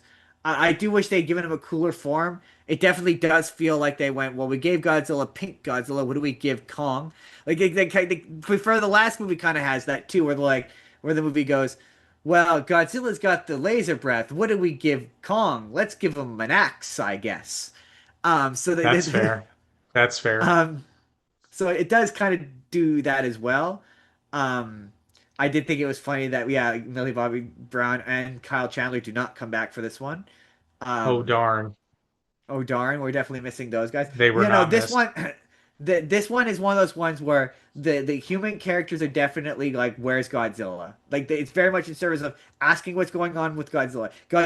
What's going on with Godzilla is the focus of the plot. What's going on with Kong is the focus of the plot, and like that makes it more like this. That does movie, make it more tolerable. I'll meet you at a C because I could come down to a C. I could see it come yeah, down to a C. I could give it a C. I could give it a C. So Godzilla X Kong, the New Empire, a C. Now the real Solid C. question, Justin, is what do we think Godzilla X Kong Supernova is going to give us? You know what's funny? I think when I first did my review for that movie, my pitch was for Space Godzilla. I think it's going to be Fuck Space that. Godzilla. Fuck that! I'm out on Space Godzilla. Well, no, actually, I heard it was going to be Destroyer. That's what I heard. Ooh, that's better.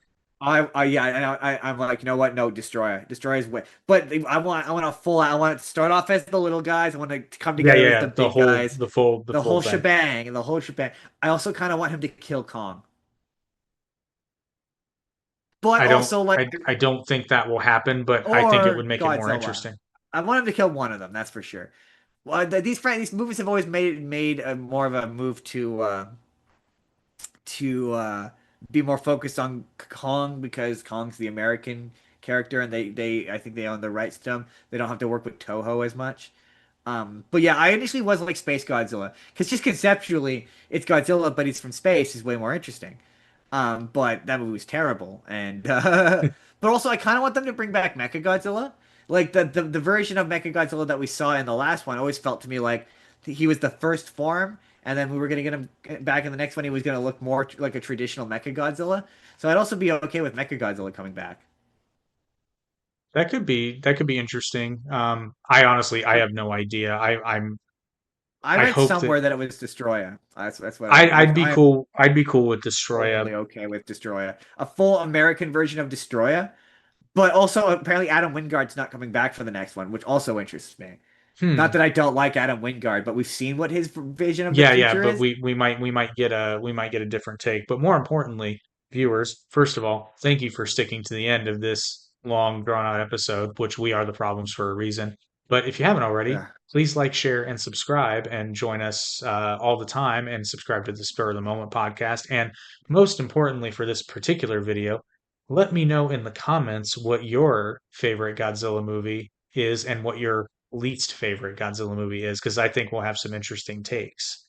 Yeah, I feel like I'm gonna get some pushback on my opinions on that Heisei era. Like I guess some spicy takes in there. But just objectively, everyone can agree in the comments the best Godzilla movie is Godzilla -1. And Yeah, I just don't think think that's a debatable. fight. That's a fight you won't win. You can argue about which is the worst one. I don't think you can The argue. only person who would say it wasn't the best, that one isn't objectively the best one, hasn't seen it yet.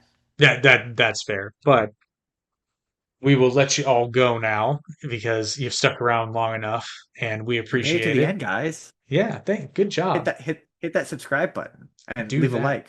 Do that, and we will see you on next month's episode of the Arete Podcast.